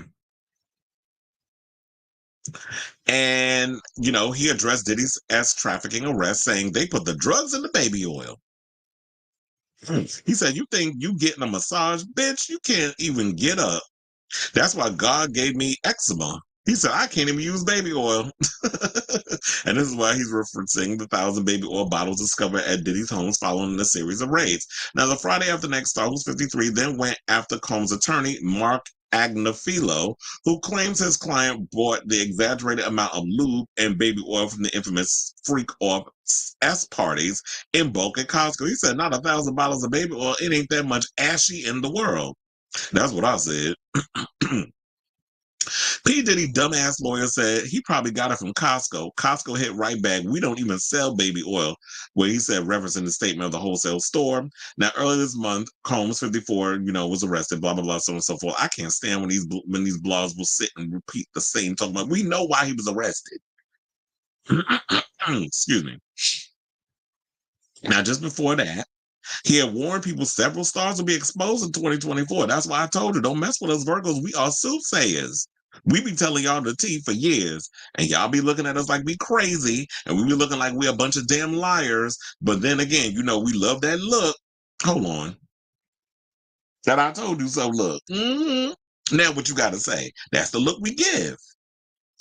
Y'all, when we write. We don't just pull things out our behind. That's the one thing about Virgos. We don't like to just pull things out our butt and just say stuff because we just like breathing hot air. We don't even like repeating ourselves more than once, quiet as it's kept. I hate repeating myself, and those who know me know that.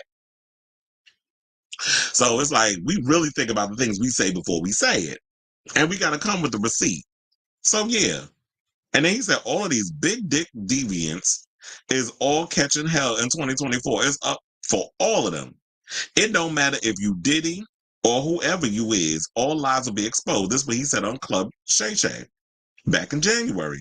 And here we are in October, 10 months later. And how many people, chickens done came home to roost for? Karma, she came to collect this year. She said, I was backed up. I'm working overtime. And overtime, she is clocked in. Now, they said that's all, and anyone who takes that the wrong way knows why they take it the wrong way. The truth is the light. And a lot of y'all can't handle that light. Now, during the same interview, Wlliams revealed he has turned down attending Combs' wild party, saying, I've had to turn down $50 million 4 times just to protect my integrity and that virgin hole I was telling you about. Because P. Diddy be wanting a party, and you got to tell him no. You got to tell him no, and I did. And that's what I've been hearing many people say over the years, that Diddy is someone who does not take no for an answer. And I will say this, I applaud the fact that Katt Wlliams has integrity. And I feel like that's the way it is with a lot of us, is the fact that, that's why it's taken me a long time to pop. That's why it's taken me a long time to get where I need to go in regards to my career. So, because I refuse, even though I'm a homosexual, proudly, I refuse to bend over and touch my goddamn toes for anybody, for any kind of leg up or whatever. I don't do all of that. I have to, because at the end of the day, I feel I have to have some sort of integrity. I got to look myself in the mirror and be proud of, like, you know what, all this success and all the things that I'm doing is because I worked my ass off to get there. That's the way I was raised. I'm not sitting there spreading my cheeks or opening my mouth for nobody's meat or nobody's butt cheeks or whatever the case is. No kind of freak off, whatever, so that way I can get a leg up. I'll go about it the long way. Because at the end of the day, like I said, I got to look myself in the mirror and be proud of who I am. I won't be looking in the mirror with guilt and having to, drown my sorrows and my woes in drugs because I'm basically, you're a whore, darling. We're all whores, as they said in my favorite movie, Showgirl. I'm not prostituting myself. So shout out to Cat Williams for having some integrity and also being a soothsayer. So I say all this to say, what do y'all think of this story? Are y'all still gagging over the fact that Cat Williams told y'all, and here we are in October, and it seemed like all he said, all that darkness then came to the light. So whatever your thoughts are, let me know in the comments down below. All right, so now let's move on and let's talk about Miss Lauryn Hill, who, rightfully so, is getting sued by Pras because he tired of her. He said, I'm getting tired of your shit. Literally. Shout out to Erykah Badu, but I had to use your song toward this lady and talk about the fact that she getting sued by her own bandmate because she always tardy to the damn party. Shout out to Kim for that one hit. Now, Pras Michelle, a founding member of Grammy-winning hip-hop group The Fugees, another one-album wonder, is suing his bandmate Lauryn Hill in federal court for fraud and breach of contract, among other claims, over the abbreviated 2023 and canceled tour a year later. Now, shout out to Billboard for this. In a complaint filed Tuesday in Manhattan federal court, damn, Manhattan court is busy. Y'all keeping them booked and busy this year. Maybe I need to get into legal. That will keep my ass busy. But anyway, let's get into the story. So they say in the complaint filed Tuesday at the Manhattan Federal Court, lawyers for Pras alleged that Hill exploited his mounting legal bills to get him to sign onto a plan for the 2023 tour with false promises. A deal that they say enriched Hill at the expense of her bandmate. And y'all know he got his mountain legal bills because, they was out here saying he was out here committing white collar crimes, and he's the possibility that Pras supposed to be going to jail too, remember? With the alleged criminality that he was out here doing. And I guess he was trying to get on this tour so he could make his money and pay off his bills. But this witch be out here canceling things every 5 minutes and having her little mental whatevers. And talking about we need to call her Miss Hill. Says when you put out more than one album, then I'll call you Miss Hill. Until then, you're Lauryn. Now, Hill's ploy to appear to be Michelle's supposed savior was actually a devious attempt to make a big score for herself by generating millions of dollars from a Fugees tour. This is what his lawyers write. In the process, it did not matter to Hill if she took full advantage of Michelle's vulnerability, her friend and creative partner for over 30 years. In fact, she counted on exploiting that vulnerability to carry out her scheme. Well, whatever her scheme is, you're going to have to really dot your I's and cross your T's to prove all of this in court. The lawyer also sheds light on the aborted 2024 tour, which had been set to kick off in early August, but was quietly canceled just days before it was set to begin, with no immediate reason given. In his court papers, Michelle pins the blame squarely on Hill, saying because of the gross mismanagement by Hill and her company, who have taken far too long to close a deal with Live Nation, the 2024 U.S. tour ticket sales were dismal. His attorneys say there was little or no marketing for the tour. That is true because it just sounds like it popped out of nowhere. But then again, Linkin Park did little or nothing to promote. Like they just came out with look, we're going on tour and we're dropping a new song a week before they went on tour. And I still don't know if that tour was successful, but apparently they added more dates. So they were seemingly doing well. And I guess because we haven't seen Linkin Park in so long, but I guess maybe when it comes to the Fugees, Lauryn Hill's been so unreliable when it comes to showing up to stuff. And fans of her music have been burned by her for far too long. They don't want to take that risk and spend that money. Tickets ain't cheap. And Live Nation and Ticketmaster, the way y'all be grifting these damn people out here with y'all high price ticket sales, I wouldn't take the risk. Not on her. So they basically said there was little or no marketing for the tour and not enough time between the announcement and the first concert date to do sufficient advanced sales to justify the tour. Now, comprised of Hill, Michelle, and Wyclef Jean, the Fugees rose to fame in the 90s with the hits like Killing Me Softly, Ready or Not, and Fugees. First of all, they all contain samples. Quiet as it's kept on all three of them damn songs. After splitting up in 98, the three each had successful solo careers and mostly stayed separate until recent years, where they have attempted multiple reunion tours. Now, in 2019, Michelle was hit with a sweeping federal criminal charges, including funneling money from a Malaysian financier to Barack Obama's 2012 campaign, and then later tried to influence an extradition case on behalf of China. In April of 2023, he was convicted on 10 counts, including conspiracy, witness tampering, and failing to register as a foreign agent. In his lawsuit on Tuesday, Michelle's lawyers said that Hill took advantage of a desperate man who needed to pay expensive criminal lawyers using an advance to cash to get him to sign a deal with onerous terms, or is it onerous? I think it's onerous. That he would have easily rejected in the years before his criminal conviction. While the contractual advance paid to Pras enabled him to retain his new criminal lawyers, the 2023 tour agreement was a wolf in sheep's clothing. Well, I guess basically what they're trying to say with all this is that she reneged on the agreement. She was playing with y'all. She took too long to sign on. And then when things didn't do well, it's like, look, you know I need the money. You played in my face.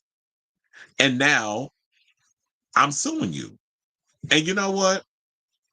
Well, he also said that she misled Live Nation and Michelle was on board with the plan for another run of concerts when no deal had been inked, and so in order to receive a $1.1 million advance, which they said that was another lie by Hill and her company since Michelle was not on board.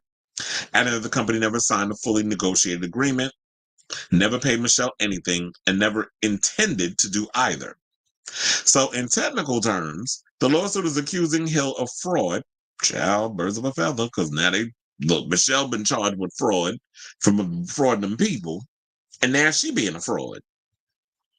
So she's been they're accusing her of fraud over the way she paid out money from the touring revenue, of fraudulently including Michelle to sign the 2023 deal, and of breaching both her contract and her fiduciary duty.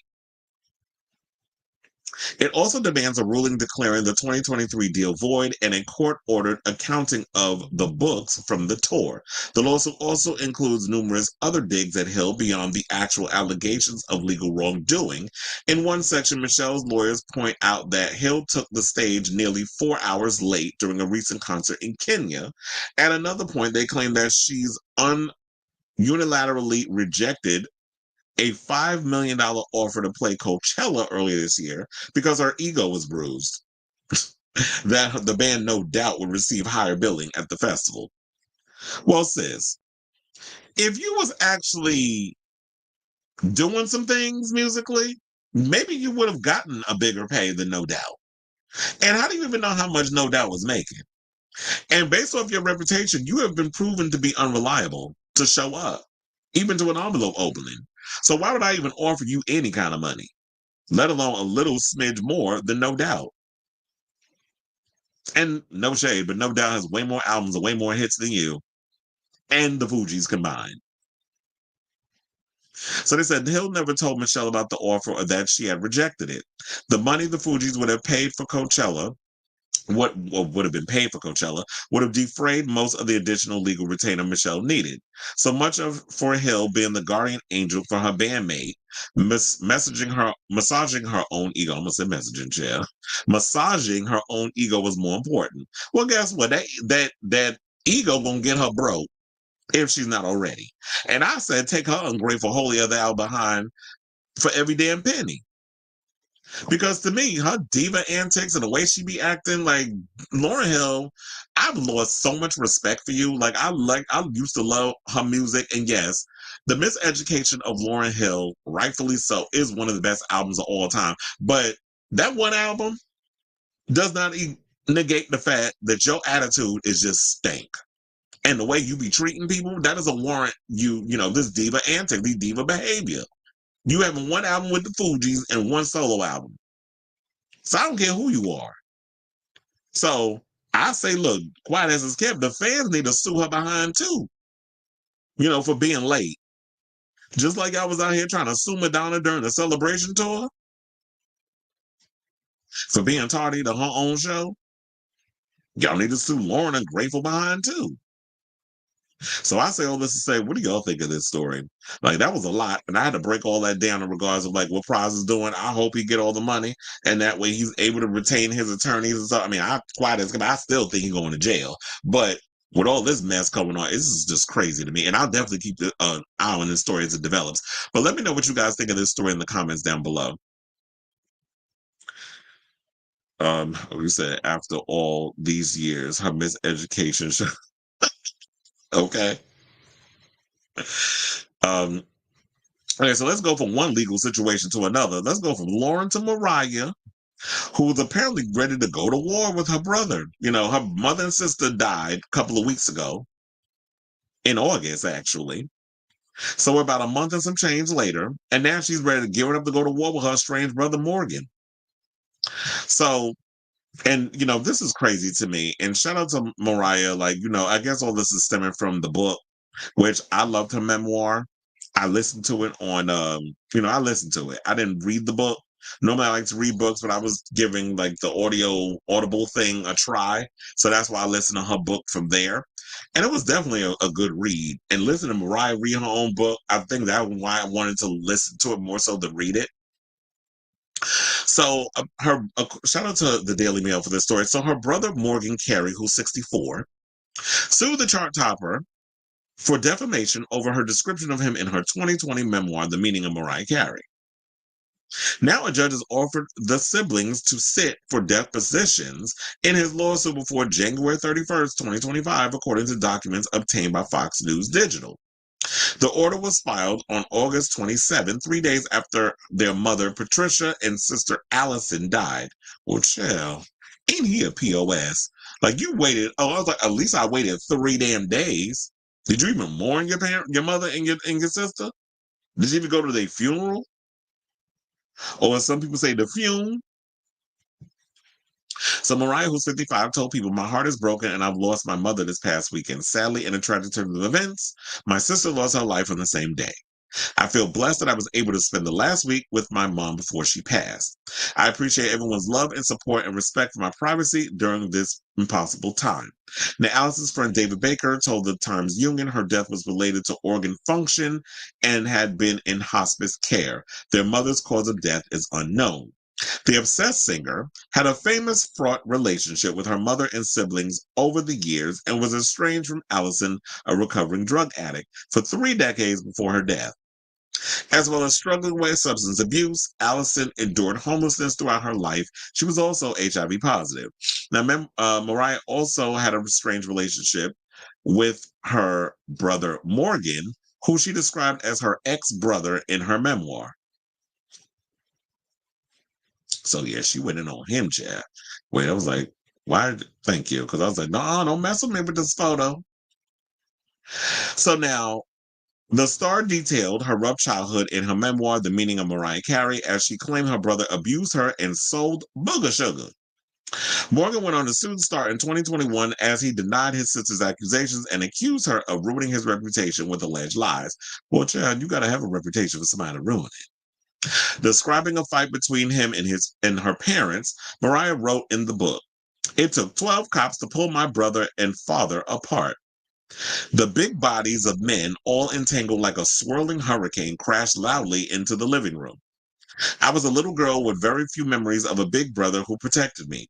More often, I felt like I had to protect myself from him, and sometimes I would find myself protecting my mother from him too." She added in another passage, "Suddenly there was a loud, sharp noise like an actual gunshot. My brother had pushed my mother with such force that her body slammed into the wall, making a loud cracking sound." Mariah also wrote that her mother had told her Morgan was dealing drugs, including booger sugar. Morgan has denied the violent incidents ever happened or that he sold drugs. Now, after attempting to sue Mariah, the court dismissed 14 of the 16 claims and denied his appeal. Well, I think they actually going to deny it again because I do not feel like Mariah would need to lie, not to sell a book. Like, nobody knows who you are, Morgan. You should be, look, in the ways, the similar, as like Ryan Murphy said, that the Menendez brothers should be, this is the best thing, this series that he created is the best thing to ever happen to them in 30 years. Maybe her writing about you in that book is the best thing to ever happen to you. And now you want to sue and get some money. I don't think you actually going to be able to get anything out of this. And I feel like, as a person, like if a celebrity, whatever, my whole thing is to write about what happened in my life and things that transpired, whatever the case is. Now, you can sit and deny it to the cows come home, because, there's your version of the truth, and then there's Mariah's version of the truth, and somewhere it lies in the middle is the actual truth. So whatever it is that you need to come out and say, I guess we'll wait until the court situation happens and we'll hear about it and then we'll make our determination.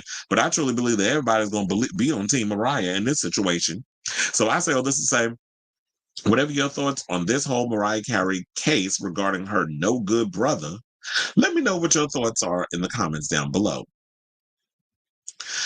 Okay, so now let's move on. Let's talk about Miss Selena Gomez, who they talking about is cheating on Benny Blanco with her Emilia Perez co-star Edgar Ramirez. Now, I'm looking forward to seeing this movie because I've heard so many things about it. Now, Emilia Perez is basically, I believe, Selena is playing a woman who is married to a mobster who transitions into a woman and I think gets smuggled out of Mexico. I can't remember the whole thing off the top of my head, but it is played by a real-life trans woman. Edgar Ramirez is in it. Zoe Saldana is in it. So I'm excited to see this film. When I first started hearing about it, I was like, oh my God, this movie looks really good, especially when I seen the trailer. But now, yesterday, the trailer officially dropped again because it seems like after it was doing gangbusters at the festival, or on the festival circuit, I should say, Netflix actually picked it up and secured the rights for the film. I can't remember off the top of my head when it's coming out. Maybe in this article, it reveals it. But it's coming to Netflix, and I'm excited that it's found a home somewhere. So Selena Gomez had Edgar Ramirez as a dance partner at the Sabrina concert in New York City, but she only had Benny Blanco on the brain. Now, the 32-year-old actress stepped out in New York City Sunday night for Carpenter's Short and Sweet tour, which I didn't work, by the way, at Madison Square Garden alongside her Emilia Perez co-star Edgar Ramirez, PFF, Connor Franklin, and crew. While dancing with her friends to the song Espresso, because that's the song basically everybody knows, Gomez was caught in a since-deleted video initially shared by Franklin during her hands in the air, running her hands in the air, waving around like we just don't care, as she pressed up against the railing of their suite. So yeah, she wasn't on the floor. She wasn't in that. She was actually in a suite. Probably on the 7th floor, because that's where all the suites pretty much are. Look at me spilling tea. But anyway, so it said, the only murders in the building star who stunned in a plunging, sparkly mini dress was dancing with her girlfriends when Ramirez came up behind her. The Venezuelan actor, who's 47 and fine as hell, seemed to wrap his arms around her waist as they grooved to the music before she pulled away and took a selfie with the group. Despite getting cozy with her co-star, Gomez had boyfriend Benny Blanco on her mind as she tagged him in a flirty Instagram post soon after. Because maybe she was feeling herself, and some people were just like, well, was she cheating or was she not cheating? She probably was, drinking, having a good time, being flirty, as people are when they drink, and Edgar Ramirez trying to run up on her. But then she responded because, the sleuth was sleuthing. And they was like, oh, can't keep my hands to myself. That's what she said, her partner. And so, you're not going to try to rub up on me. Let me hit my man up or whatever, so y'all don't be out here thinking that I'm cheating. And I don't think she was cheating. But then she did respond, and she was like, OMG, how dare I dance with my bestie? Because everybody was thinking that she's out here, the Rare Beauty founder was apparently, her and Benny Blanco, who are engaged, had broken up, and she moved on with a new man. Similar to, Jeremy Allen White, who I recall was in a relationship with Rosalia, but they're not together no more. He moved on with his co-star from The Bear, the one that played his girlfriend on season 2. Apparently, they're hunching in real life. So he and Rosalia are not together anymore, and at her recent birthday party, he wasn't there. So Jeremy done moved on to the next thing, and that's what people was thinking about Selena. So if she out here saying that that's her bestie, and she's in her 30s and he's damn near 50, Is this a Pedro Pascal type situation, if you know what I'm saying, and I think you do, where Edgar's not really into women, that he's just like a fruitful and fancy-free type of Latino male, and they're just being fun and affectionate, and they had a couple of drinks, but they're not hunching? It could be that in that whole situation. So that's got people wondering. So I guess it's much ado about nothing. Selena says she's not creeping. She's not creeping, but we'll definitely be keeping an eye on this relationship and seeing, like, damn, Selena, because to me it looked like Benny Blanco and her had a really good thing going, and I was kind of rooting for their relationship. So I say all this to say, do y'all think that Selena was out here getting a little too, like, having too much fun and drinking, and everybody was getting frisky? And it's always nice when you can run into the celebrities, and they out here having a good time at my old stomping ground.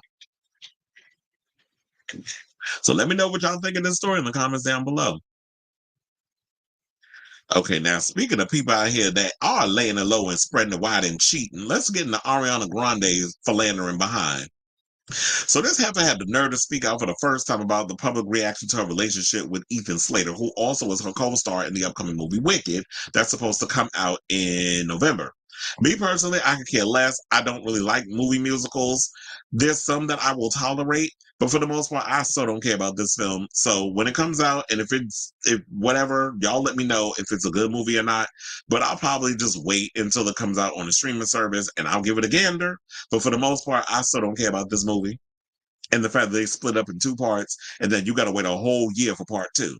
By that time, the momentum will wear down and people won't care. But that's just me, especially in this time of attention spans. So speaking in an interview, the non-existent kind of attention spans. So in a new interview with Vanity Fair that came out yesterday, which was September 30th, Ariana Grande Frappuccino, who's 31, revealed that she was disappointed by the public perception of Slater, who's 32, whom she stars alongside in the upcoming Wicked movie, saying, "The most disappointing part was to see so many people believe the worst version of it." This is what she told the outlet. "There couldn't be a less accurate depiction of a human being than the one that the tabloids spread about him."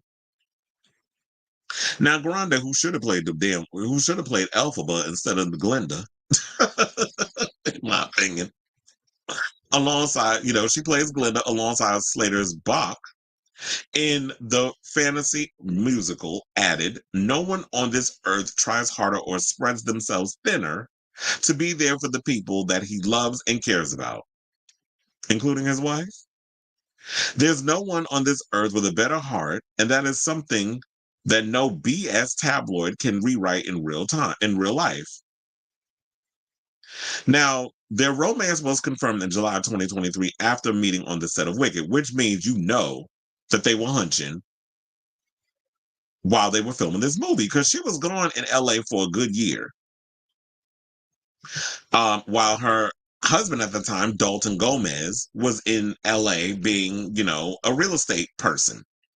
I heard he really wasn't selling no houses, but I don't know. That his employment said he a real estate agent, then we just gonna go with it. I don't know if he ever sold a house. Like Phaedra done never won a case. But apparently, according to the streets, that's what his profession is. So we going along with it. So this came after Grande separated from her ex-husband Dalton Gomez, and Slater separated from his ex-wife Lily J. But we ain't hear about that in the timeline. And then also, they said multiple sources gave people insight into Grande's and Slater's relationship. This is back in early September, revealing how they were navigating their romance in the public eye, saying while this entire situation has been blown out of proportion, it's much different than what has been portrayed in public. This is what a friend of the couple said at the time. They're just trying to navigate their new relationship in private. Well, child, we're not going to sit over here and believe a friend of the couple, because we see what y'all doing. Cheating is cheating is cheating is cheating. There's no getting around it. Now, they said people have tried to question the timeline. This is what an insider added. The truth is, Ariana and Ethan didn't begin seeing each other until after both parties were separated, respectfully. Well, if that's what they want to go with, then okay, we'll just go along with it for entertainment purposes. Now, they were seen visiting a Disney park before the one last time singer was seen supporting her beau performing a Broadway Spamalot back in October of 2023. So the timeline ain't matching what a lot of y'all are saying. They said the pair would then snap grabbing dinner at Grande's dad's Ed Butera in New York City. I didn't even know her father owned a restaurant. Oh wait, they said that they were grabbing dinner with Grande's father. I didn't read that correctly. They love to support each other in their work. When she's done with work, Ariana loves going to the theater when she can.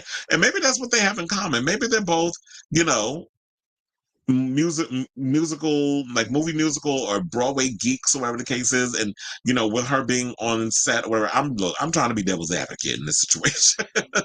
Maybe them being on the set, there was a lot of things that was going on with her and Dalton. So when she was working on this movie, her and Ethan had a lot in common. He was going through his stuff with his relationship. She was going through stuff with her relationship. They found common ground in that situation. And they also had things in common. The fact of the matter is that they both like film and acting and being artists and, you know, musicals and things of that nature, and going to the theater. They have that in common because they're both in a movie musical. So there's probably a lot of commonality in that situation. And there was probably things that with Dalton that he didn't want to do that she did. So, and a lot of times that happens, you know, unfortunately, when it comes to relationships, those type of things happen. Okay, I'm gonna need you to stop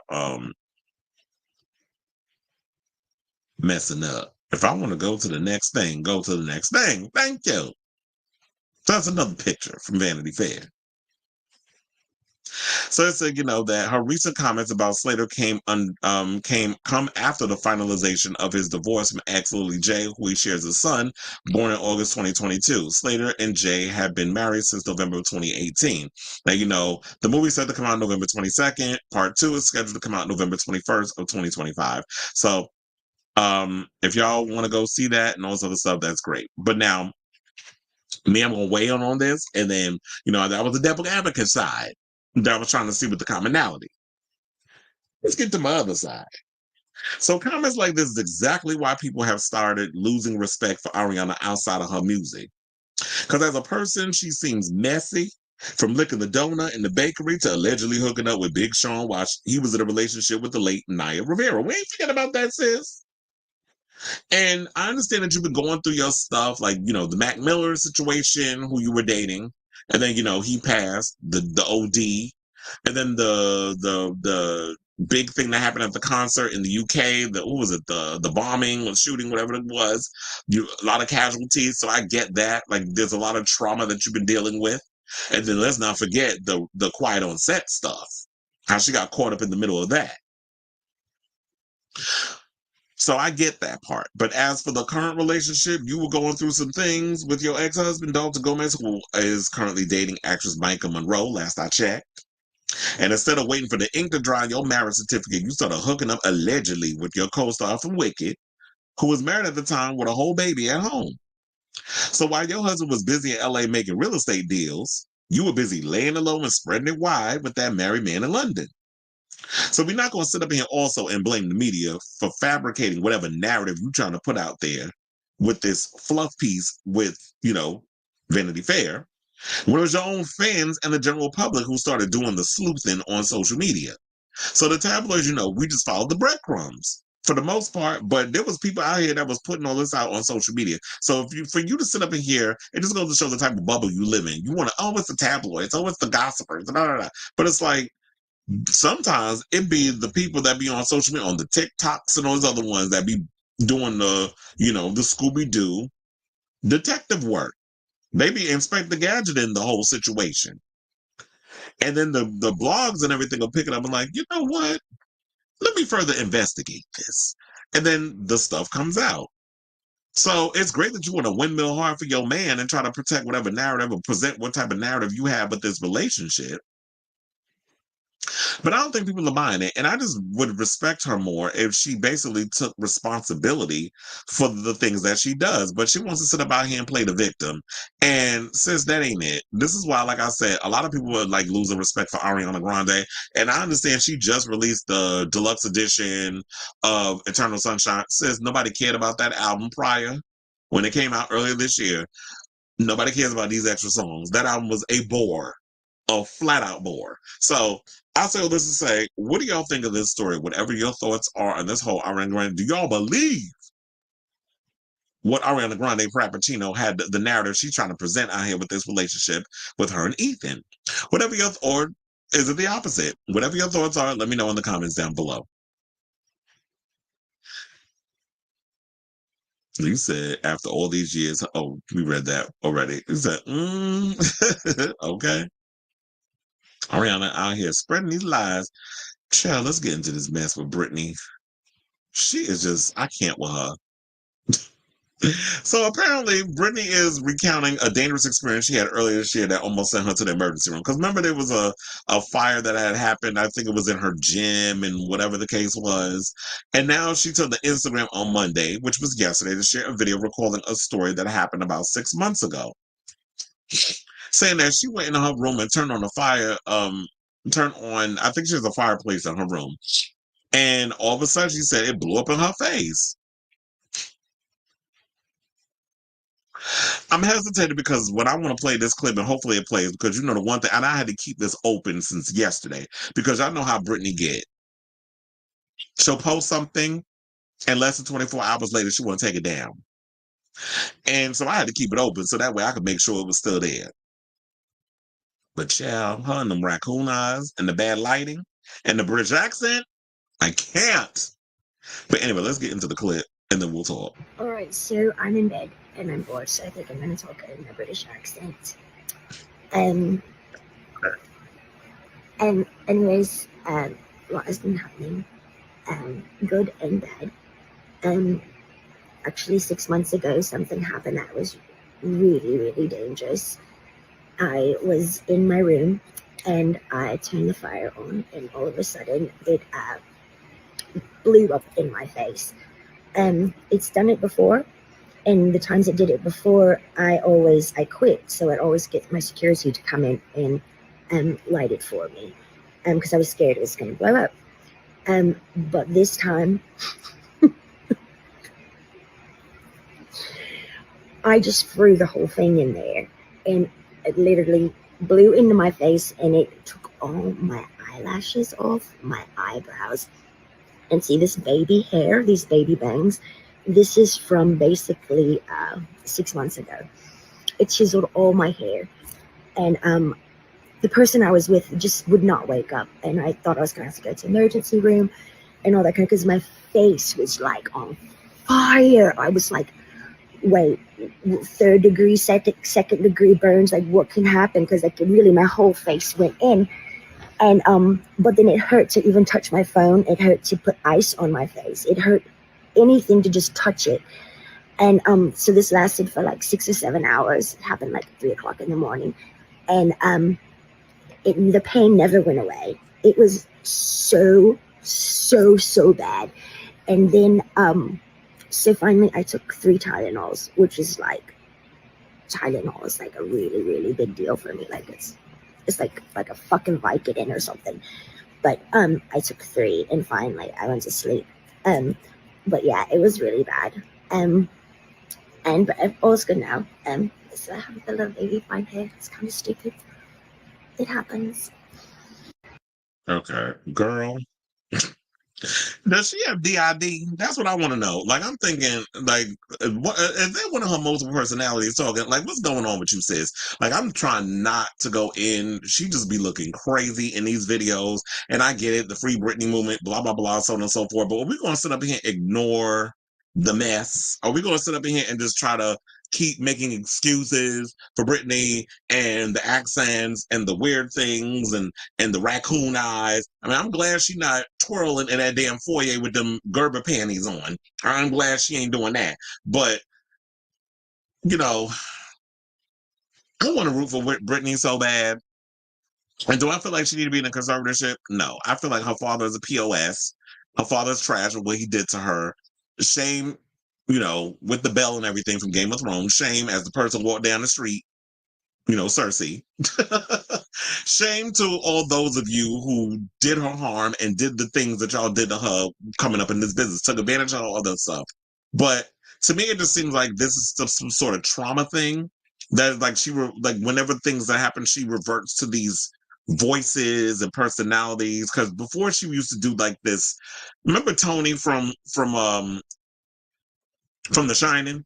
When he would do this voice, that would be Tony's voice. Like at one point she would do that voice when the reason I forget what it was, but there was something that happened and she started doing that weird voice. Now she's doing the British accent. But so also still the little vocal fry with the British accent. So I guess all I'm gonna say about this is, girl, get well, Brittany. And I'm glad I left this open because I went to look, and yeah, the video is not there no more. They said it's been broken or taken down because that's what she does. She posts things and then she removes it. I know you, Brittany. I know how you do. So I needed that clip for this show. So I was like, I'm not gonna let you do that again. And then I got to sit up here and just tell the story and freestyle it. But here's the thing. I'll say this. Here's something positive I can say. See, I can be positive for the most part. I'm looking forward to that biopic that you got coming out with John M. Chu directing and Mark Platt. Who, speaking of Wicked, John M. Chu, he directed that movie. They're developing her biopic. So I'm looking forward to that and seeing who's going to be playing whichever characters that's in The Woman in Me.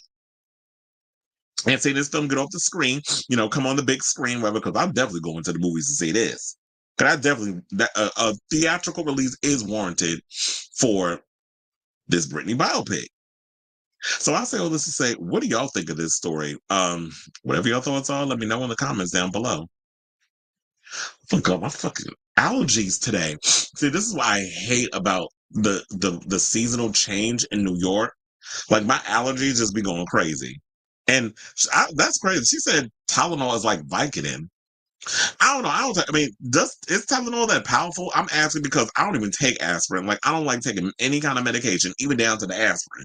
There be sometimes I be so deaf. Like, if I have like a really bad headache, I'll give in. But I be trying to fight like a trooper through the situation. I don't like taking no kind of aspirin, medication, nothing. But I'm like, damn, is Tylenol that powerful? The other day when I was sick, I wouldn't even take a damn Theraflu. I said, I'm gonna just thug it out.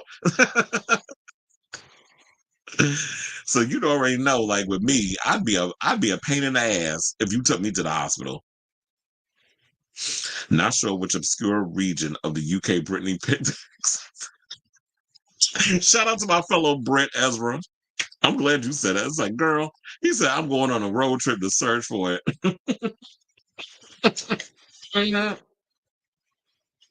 I live for the Brits. When y'all be coming in, be trying to like, girl, what kind of accent is that? You need to just go sit your ass down somewhere. What you miss, a lie. Welcome 2 hours into the show. All right, so we got 3 more topics left in today's show, and then we are done, honey. So if y'all can, if you haven't already, please do me a solid, because I see a lot of people in the room right now. And I love that you all are here. Please, if you can, hit that like button, that subscribe button, and also smash that notification button. So that way it helps my algorithm and all this other stuff. I'm trying to get paid out these streets. So that way, when we go live, also when a brand new episode of Chris Avalon Unfiltered. So now, without further ado, let's get into this long overdue Anna Delvey story, because I've been trying to bring this to y'all for the past couple of days and I kept forgetting. But I guess today is warranted because Dance with the Stars is on tonight and she's been eliminated, so we could talk shit about her. But apparently speaking of talking, she talking sugar honey iced tea about the show that she just lasted a week on. Because she put them on blast after being eliminated. Basically out here saying that they took advantage of her and they used her for ratings. And that's the only reason why they kept her around, is because they use her as a ratings draw, which I think is partially true. They like to bring in controversial figures to keep y'all on the show or to get y'all to watch, because we want to see how bad you do, the people that are problematic.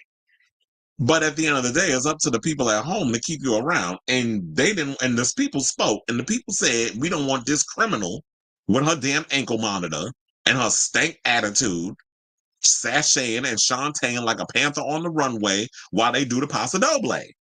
I'm a poet and I know it. So Anna Delvey said it was predatory for them to try to make me feel inadequate and stupid. Well, sis, you kind of made yourself feel inadequate and stupid, but let's continue. All while I did get progressively better. Well, according to the people, you wasn't. Yet they chose to regard that, and she said, and wasn't given a fair chance by viewers or the judges. Well, I guess Carey and Anaba, the way she was trotting or fighting around all over social media, was talking about that y'all need to give her a chance. It was Cheryl Burke that was going in on you.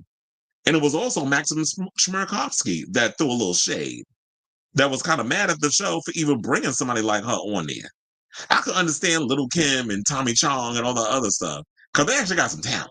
They actually did some things that warranted them success before they went to jail for whatever it was that they did. I'm sure Tommy with the drugs and Little Kim for refusing to snitch. But what is her claim to fame? Your claim for fame is you being a thief. So we giving thieves platforms. But I guess if a damn twice impeached man can run for president for a second time, we can have a federal criminal running for office, then I guess it's nothing having some old bony broad with an ankle bracelet or an ankle monitor trotting around on Dancing with the Stars for a jump in the ratings. But the people didn't care. So anyway, so during an email interview with NBC News published on Thursday, see, this is how long I've been trying to get this story to here we are on Tuesday. The convicted con artist, excuse me, accused Dancing with the Stars of using her to increase ratings and claimed she wasn't given a fair chance by viewers or the judges. I feel that the show so obviously used me to drive up the ratings, and they never had any plans to give me a chance to grow and only cared about exploiting me for attention. It was predatory for them to try to make me feel inadequate and stupid, all while I did get progressively better, yet they choose to disregard that. It felt like I had never really been given a fair chance by the viewers or some of the judges given their nonsensical scoring. It's supposed to be a dance competition and not a popularity. Well, child, I don't know where the hell she been, but all these competition shows are reality contests. So it clearly goes to show she don't watch no damn TV. Because that's basically how a lot of it is. It is a dance competition and it's a popularity contest because you need votes to keep your behind on there. So it is about popularity. I remember there was a story that recently came out that Antonio Sabato Jr. recently came out and said something or another about how Dance with the Stars is rigged. I wouldn't be surprised. But with his behind, I believe he another nut, Trump supporting whatever. Nobody cares what he got to say. Antonio washed up like Scott Baio and the rest of them. So I don't think people care to hear it from him. Now, on Tuesday's episode of Dance with the Stars, Delvey and her partner Ezra Sosa, who I believe is the only dancer on that show that's been out of the closet, because the rest of them, child, the way y'all be Paso Doble and around that damn stage and doing y'all little quick step, I'm sure he ain't the only homosexual that's been, on that show. He the only one that's out. And he was cute too. But why he got to be dealt with her? Why gotta give him her? Could y'all give Val? No, I don't want to do Val like that. I like Val. I won't do Val dirty like that. So they said that her partner Ezra Sosa performed a quick step to Suddenly I See by KT Turnstile. The pair scored 17 points out of 30. Well, damn. From the judges. This came after the two performed a cha-cha during the season premiere in which they received a 6 from all three judges with a total score of 18. Damn, when they said 6, I actually thought they was going to say that they gave them a 3 each. I was like, God damn. Now, Delvey and Sosa was eliminated on Tuesday alongside Tori Spelling and her partner, Pasha Pashkoff. Spelling lamented her early departure with a message for her kids that they can do anything. However, when Delvey was asked what she'd taken away from the experience, she deadpan said nothing. And that's when Cheryl Burke came out and said, well, bitch, the feeling is mutual. Because we got nothing from you when you was up there. And as she also, in an interview during NBC News, she reacted to partner Sosa's video in which he said he found her crying after she saw mean comments from viewers following the debut performance at the show's premiere, saying, I hadn't been on social media in over 7 years, but you got up on social media to respond to this? She said, I felt good after my first dance, but was not prepared for the hatred directed at me online and just how mean-spirited people can be hiding behind their keyboards. Well, sis, there were some people that said it to your face. Now, Delvey's appearance on Dancing with the Stars was met with controversy after she was announced. The 33-year-old, whose name is Anna Sorkin, hopefully he's not related to Aaron Sorkin, was convicted of larceny after allegedly posing as a German heiress. And her voice, speaking of accents, we was talking about Britney trying to, somebody, well, Ezra. Speaking of Ezra's, we had another Ezra in the comments. Somebody, he about to go and try to find where the British accent is in some part of England. Maybe we need to go to Germany and try to find out what accent she was doing. And shout out to Julia Garner, who played her in the Netflix series Inventing Anna. She did a damn good job with that. And then sidebar, Julia Garner, I was thinking about it with the whole Madonna thing. It makes sense that Madonna's recording a new album right now because Julia's busy. She's doing a Marvel movie, so she's going to be off the grid for a while. I believe she's playing Silver Surfer. So this gives Madonna plenty of time to make a new album and promote it and all this other stuff while Julia is busy, hamming it up for the MCU. So, she was released from prison in 2021 after serving 4 years, blah, blah, blah, so on and so forth. But here's the thing. I'm glad the broad is gone. She does come across as ungrateful and unappreciative. And here's the thing. People have a right to feel how they feel. She should not have been allowed to be on a TV show. And to rehabilitate her image. And I feel like not just her, but in general, we need to stop giving criminals a platform. Donald Trump, her, and Gypsy Rose Blanchard, and whichever ones that y'all can think of at the moment, because y'all continue to give these people. Why do we keep rewarding criminals? Why do we keep rewarding people who offer absolutely nothing to society?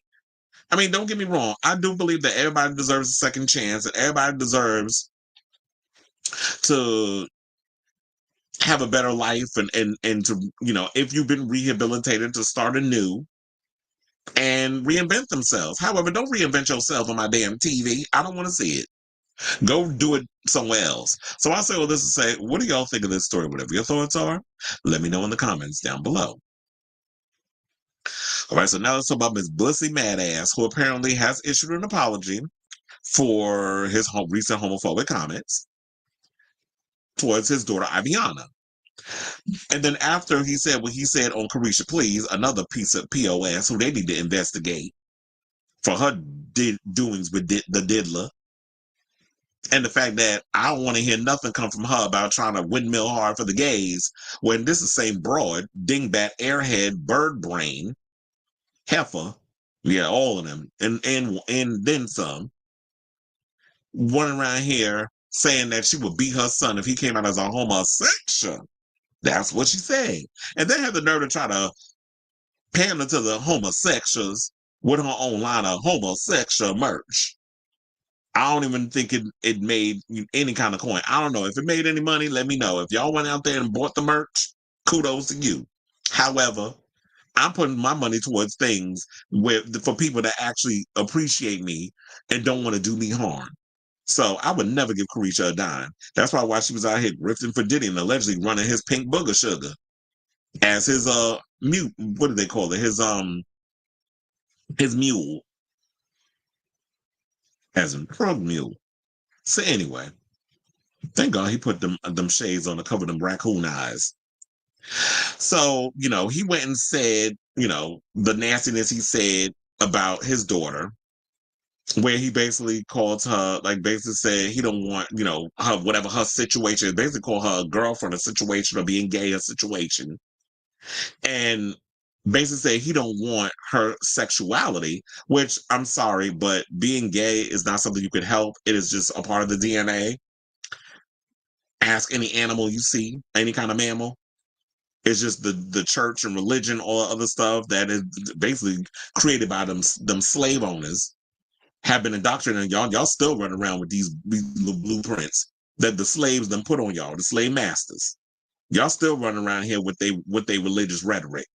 So he's running around here talking about that he don't want his daughter's homosexuality to contaminate the other siblings. And it's funny how this is the same man that went and had his son, who was 12, and his nephew have sex with grown women because he didn't want them to come out to be gay. And it's funny how you was working so hard to make sure all your other children was going to be gay. Your daughter ended up being the lesbian. So make that make sense. You sound dumb. So yeah, he had the nerve to hop his old ashy behind on Instagram to show some love to his daughter, Poison Ivy, after she went and did like this 12-minute video in her car where she was talking about how she was hurt by what he said. And so, of course, because I doubt he actually called her up and spoke to her, he had to get on social media because Bussy likes the attention and said, never meant to hurt you. Alongside which he wrote alongside a photo of him with Ivy, which can be seen below. I think I do have the pictures from the Twitter. We'll go through that real quick. So yeah, there's a picture of him. He actually looked kind of attractive there. You still a piece of shit, but you look kind of cute there.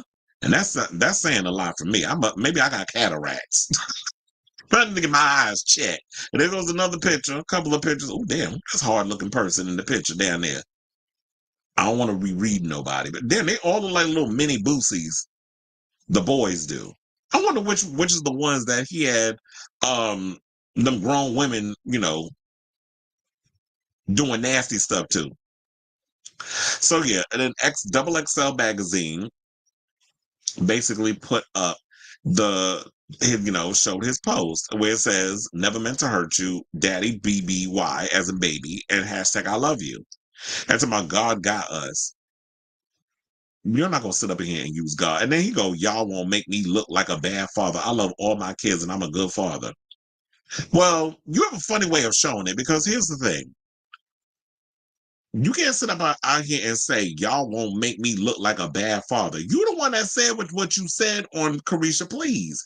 Nobody put a gun to your head. Nobody put a battery in your back and made you say what you said about your daughter. You're the one who said what you said because you wanted to go viral, because you knew that it would get you some kind of attention. Your bigotry and hatred towards the LGBTQIA plus LMNOP community apparently trumped your feelings for your daughter, not realizing that the stuff you was going to say would hurt her. And then she's tried so hard to not speak ill on you, as she said in the video. She's tried so hard to be like, you know what, my dad loves me, da-da-da, so on and so forth. But you have a funny way of showing it. She's out here going hard trying to protect you, but where's the protection for her? From you, as a father. A father's supposed to protect his daughter. But these things that you're saying because you want a moment on the internet, because you hooking up and doing an interview with Carisha and you doing an interview with Vlad, gets you way more attention than it does your music. So you pretty much just threw your daughter under the bus at the expense of you going viral. That's what was most important. So you can't sit up here and say, y'all won't make me look bad. You made yourself look bad. Take responsibility for the things that you said. So, do I believe him in his apology? While I say it is noble that he did apologize for what he said to her, I'm not buying it.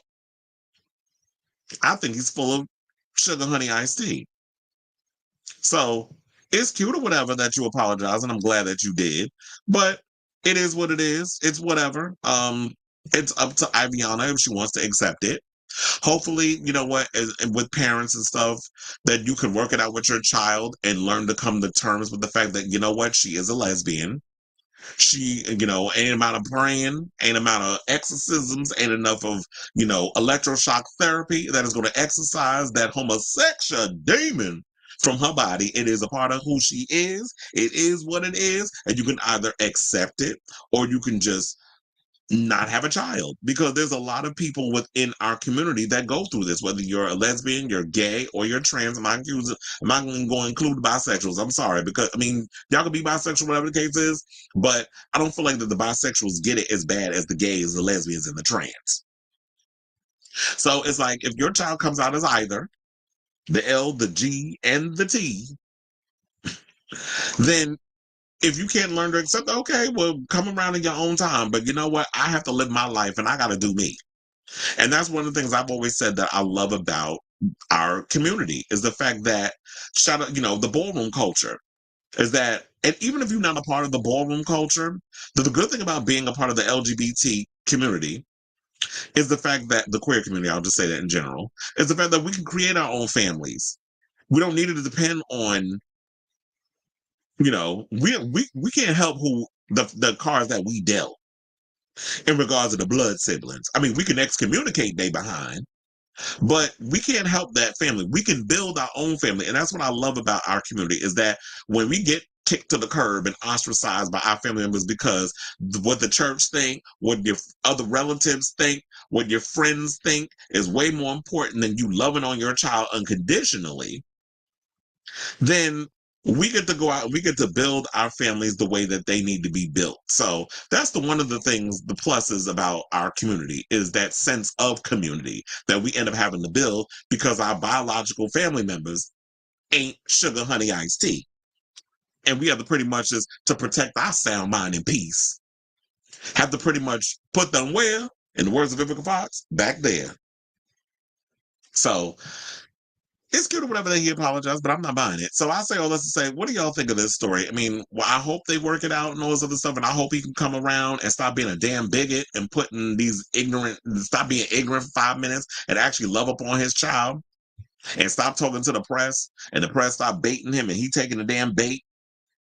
And if you have any issues pertaining to your child, whatever the case is, talk to her behind the scenes and not on somebody's show or on social media because everything ain't for our entertainment. So let me know what you guys think of this story in the comments down below. And so, did they say set a nigga up? Now that is funny. He made that get it. They couldn't get no other hairstyle. Wait, I was trying to understand it. Wait. I did not understand a word of that. I mean, if y'all can decipher it, that's no shade. I'm just saying, it's like, he made that get it, LMAO. They couldn't get another hairstyle because. I'm like, huh? Okay, let's move on. Ciao. And that's about our final topic. And let's get into Andrew Garfield and this whole recent thing. Excuse me. With this mouth massage, apparently, that Daniel Craig is giving in this new queer movie. Speaking of the queers, we have a film that's coming out with Daniel Craig. That I'm excited to see. You know, I'm glad we didn't get that Joaquin Phoenix one. I don't want to see Joaquin being sexual. He ain't that cute. I was basically, quiet as it's kept, I was a River Phoenix fan, but I was young at the time when I seen his movie, so I can say that. But anyway, let me pull up this fine-ass picture of Andrew Garfield before we get into this story. Mm-hmm. So, Andrew Garfield has described Daniel Craig's baloney wash scene in Queer as genuinely beautiful. Now, Luca Guadagnino, who I absolutely love, damn, I gotta see that movie.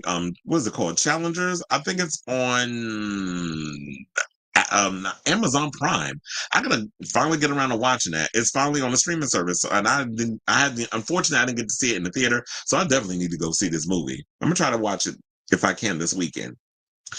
So, Luca Guadagnino's new film based on a short novel, a semi-autobiography by William S. Burroughs, written in 1952 but not published until 1985. James Bond star Craig plays author William Lee, an outcast addict trundling through life in the 1940s. And that's what I like, as when I was talking about, excuse me, James Dean earlier. I like stuff from this kind of era, like the 40s and the 50s and that sort of thing, that whole, you know, the fashions and the overall, you know, look of it all. So I'm really looking forward to seeing this movie.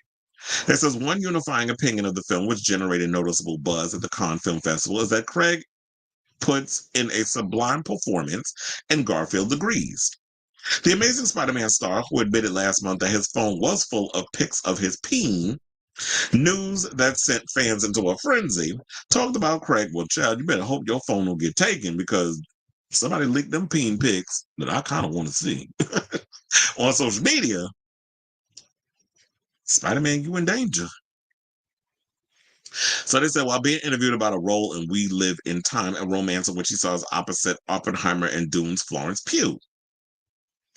Asked if he had watched Queer, Garfield, who recently worked with Guadagnino on Thriller After the Hunt, revealed that he's seen perhaps one of the best moments, the mouth massage scene.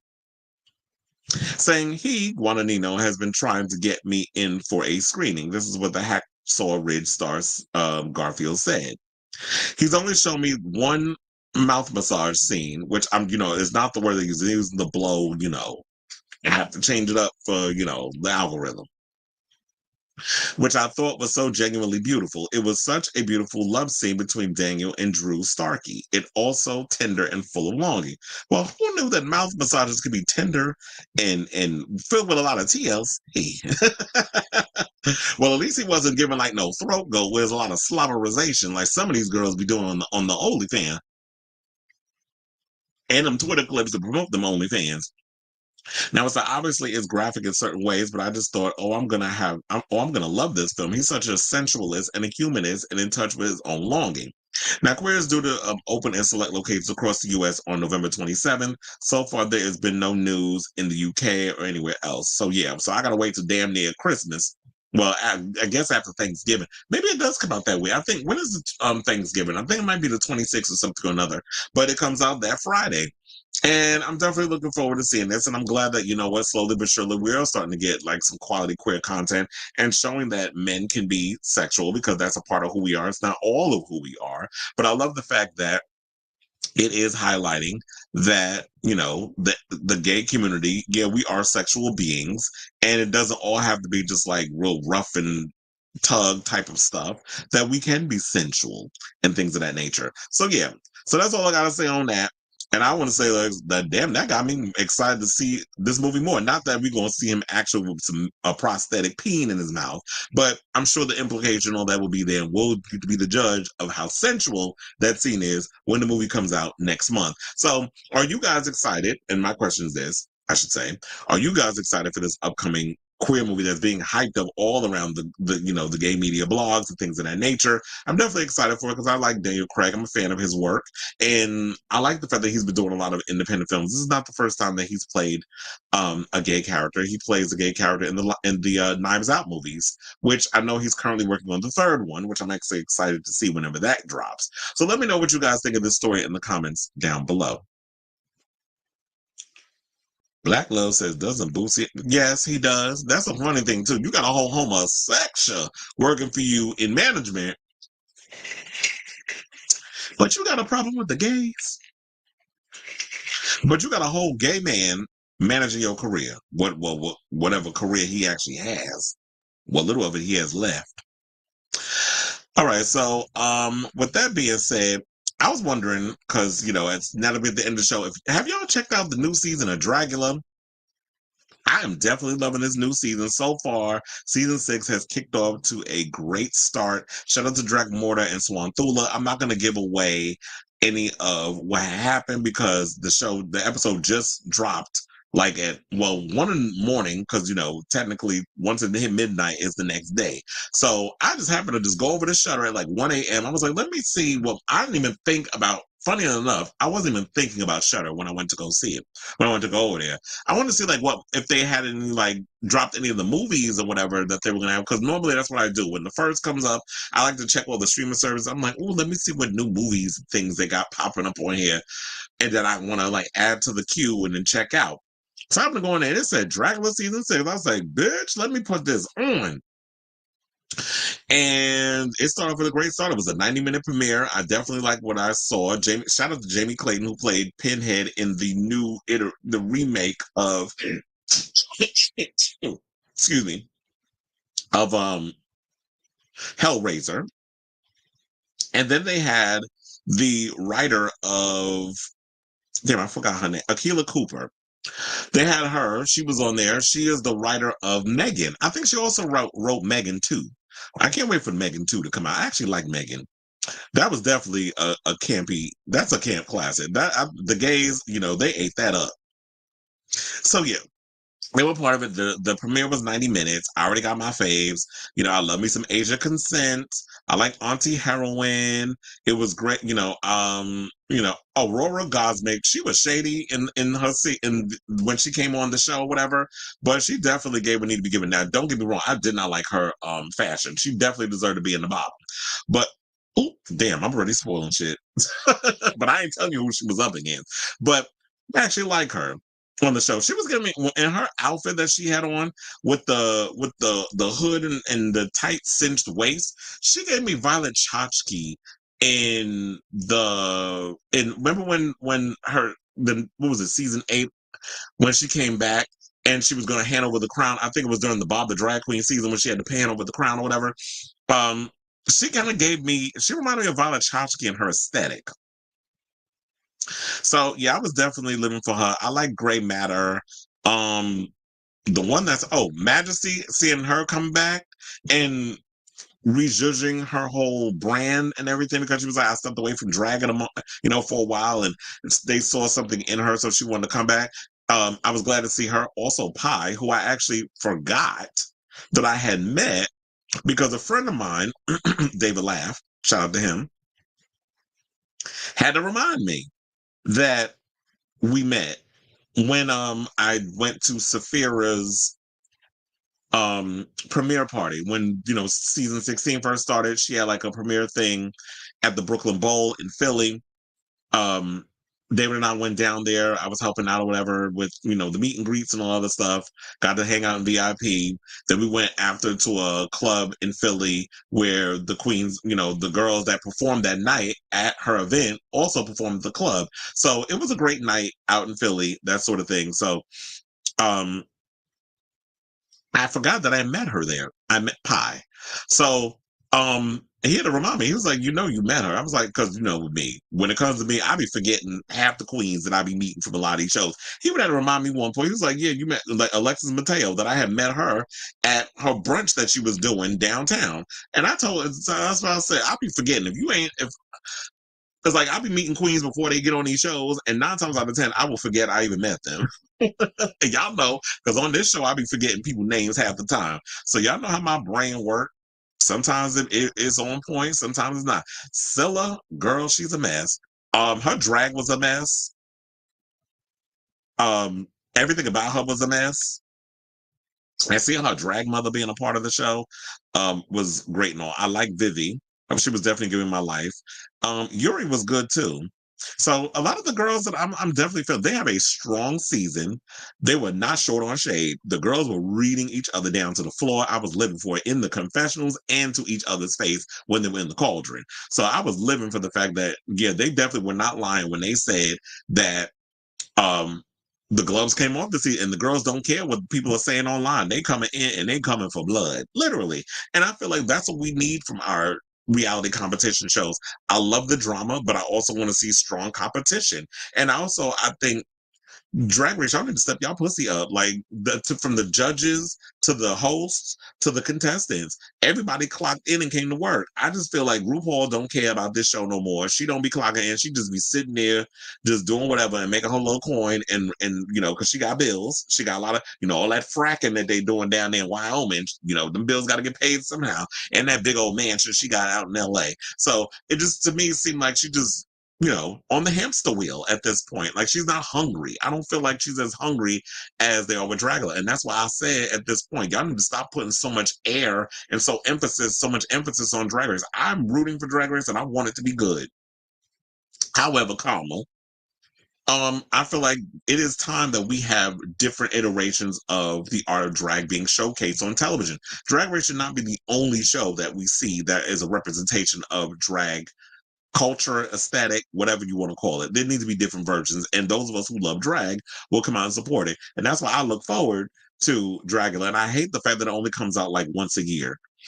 So because of Halloween and all that other stuff. But I also don't want it to beat us over the head with like 15,000 different spinoffs, because I feel like that'll take away from the beauty that is of the show. So I say all this to say, what do y'all think of Dragula? Have you seen the new season? I don't want to go too into the show because I don't want to give too much away and ruin it for anybody. I love the challenge that they did. I love some of the costumes were good. Some of the costumes was a mess. Y'all will know when y'all see it. But I love the fact that these queens are so creative, and the fact that they actually have to make their stuff when they're there and showcase it on the runway. Whereas in Drag Race, they got to spend all this damn money to basically give us a bunch of pomp and circumstance on stage so we go ooh and ah. And to me, that takes away from what drag is, because a lot of people who ain't never been to a drag show think that that's what drag is. But it's entertainment at the end of the day. So let me know what you guys think of this story in the comments down below. Okay, you said You said to me, Andrew Garfield will always be the creepy kid brother from Sugar Rush. And you said a lesbian comedy specifically. Okay.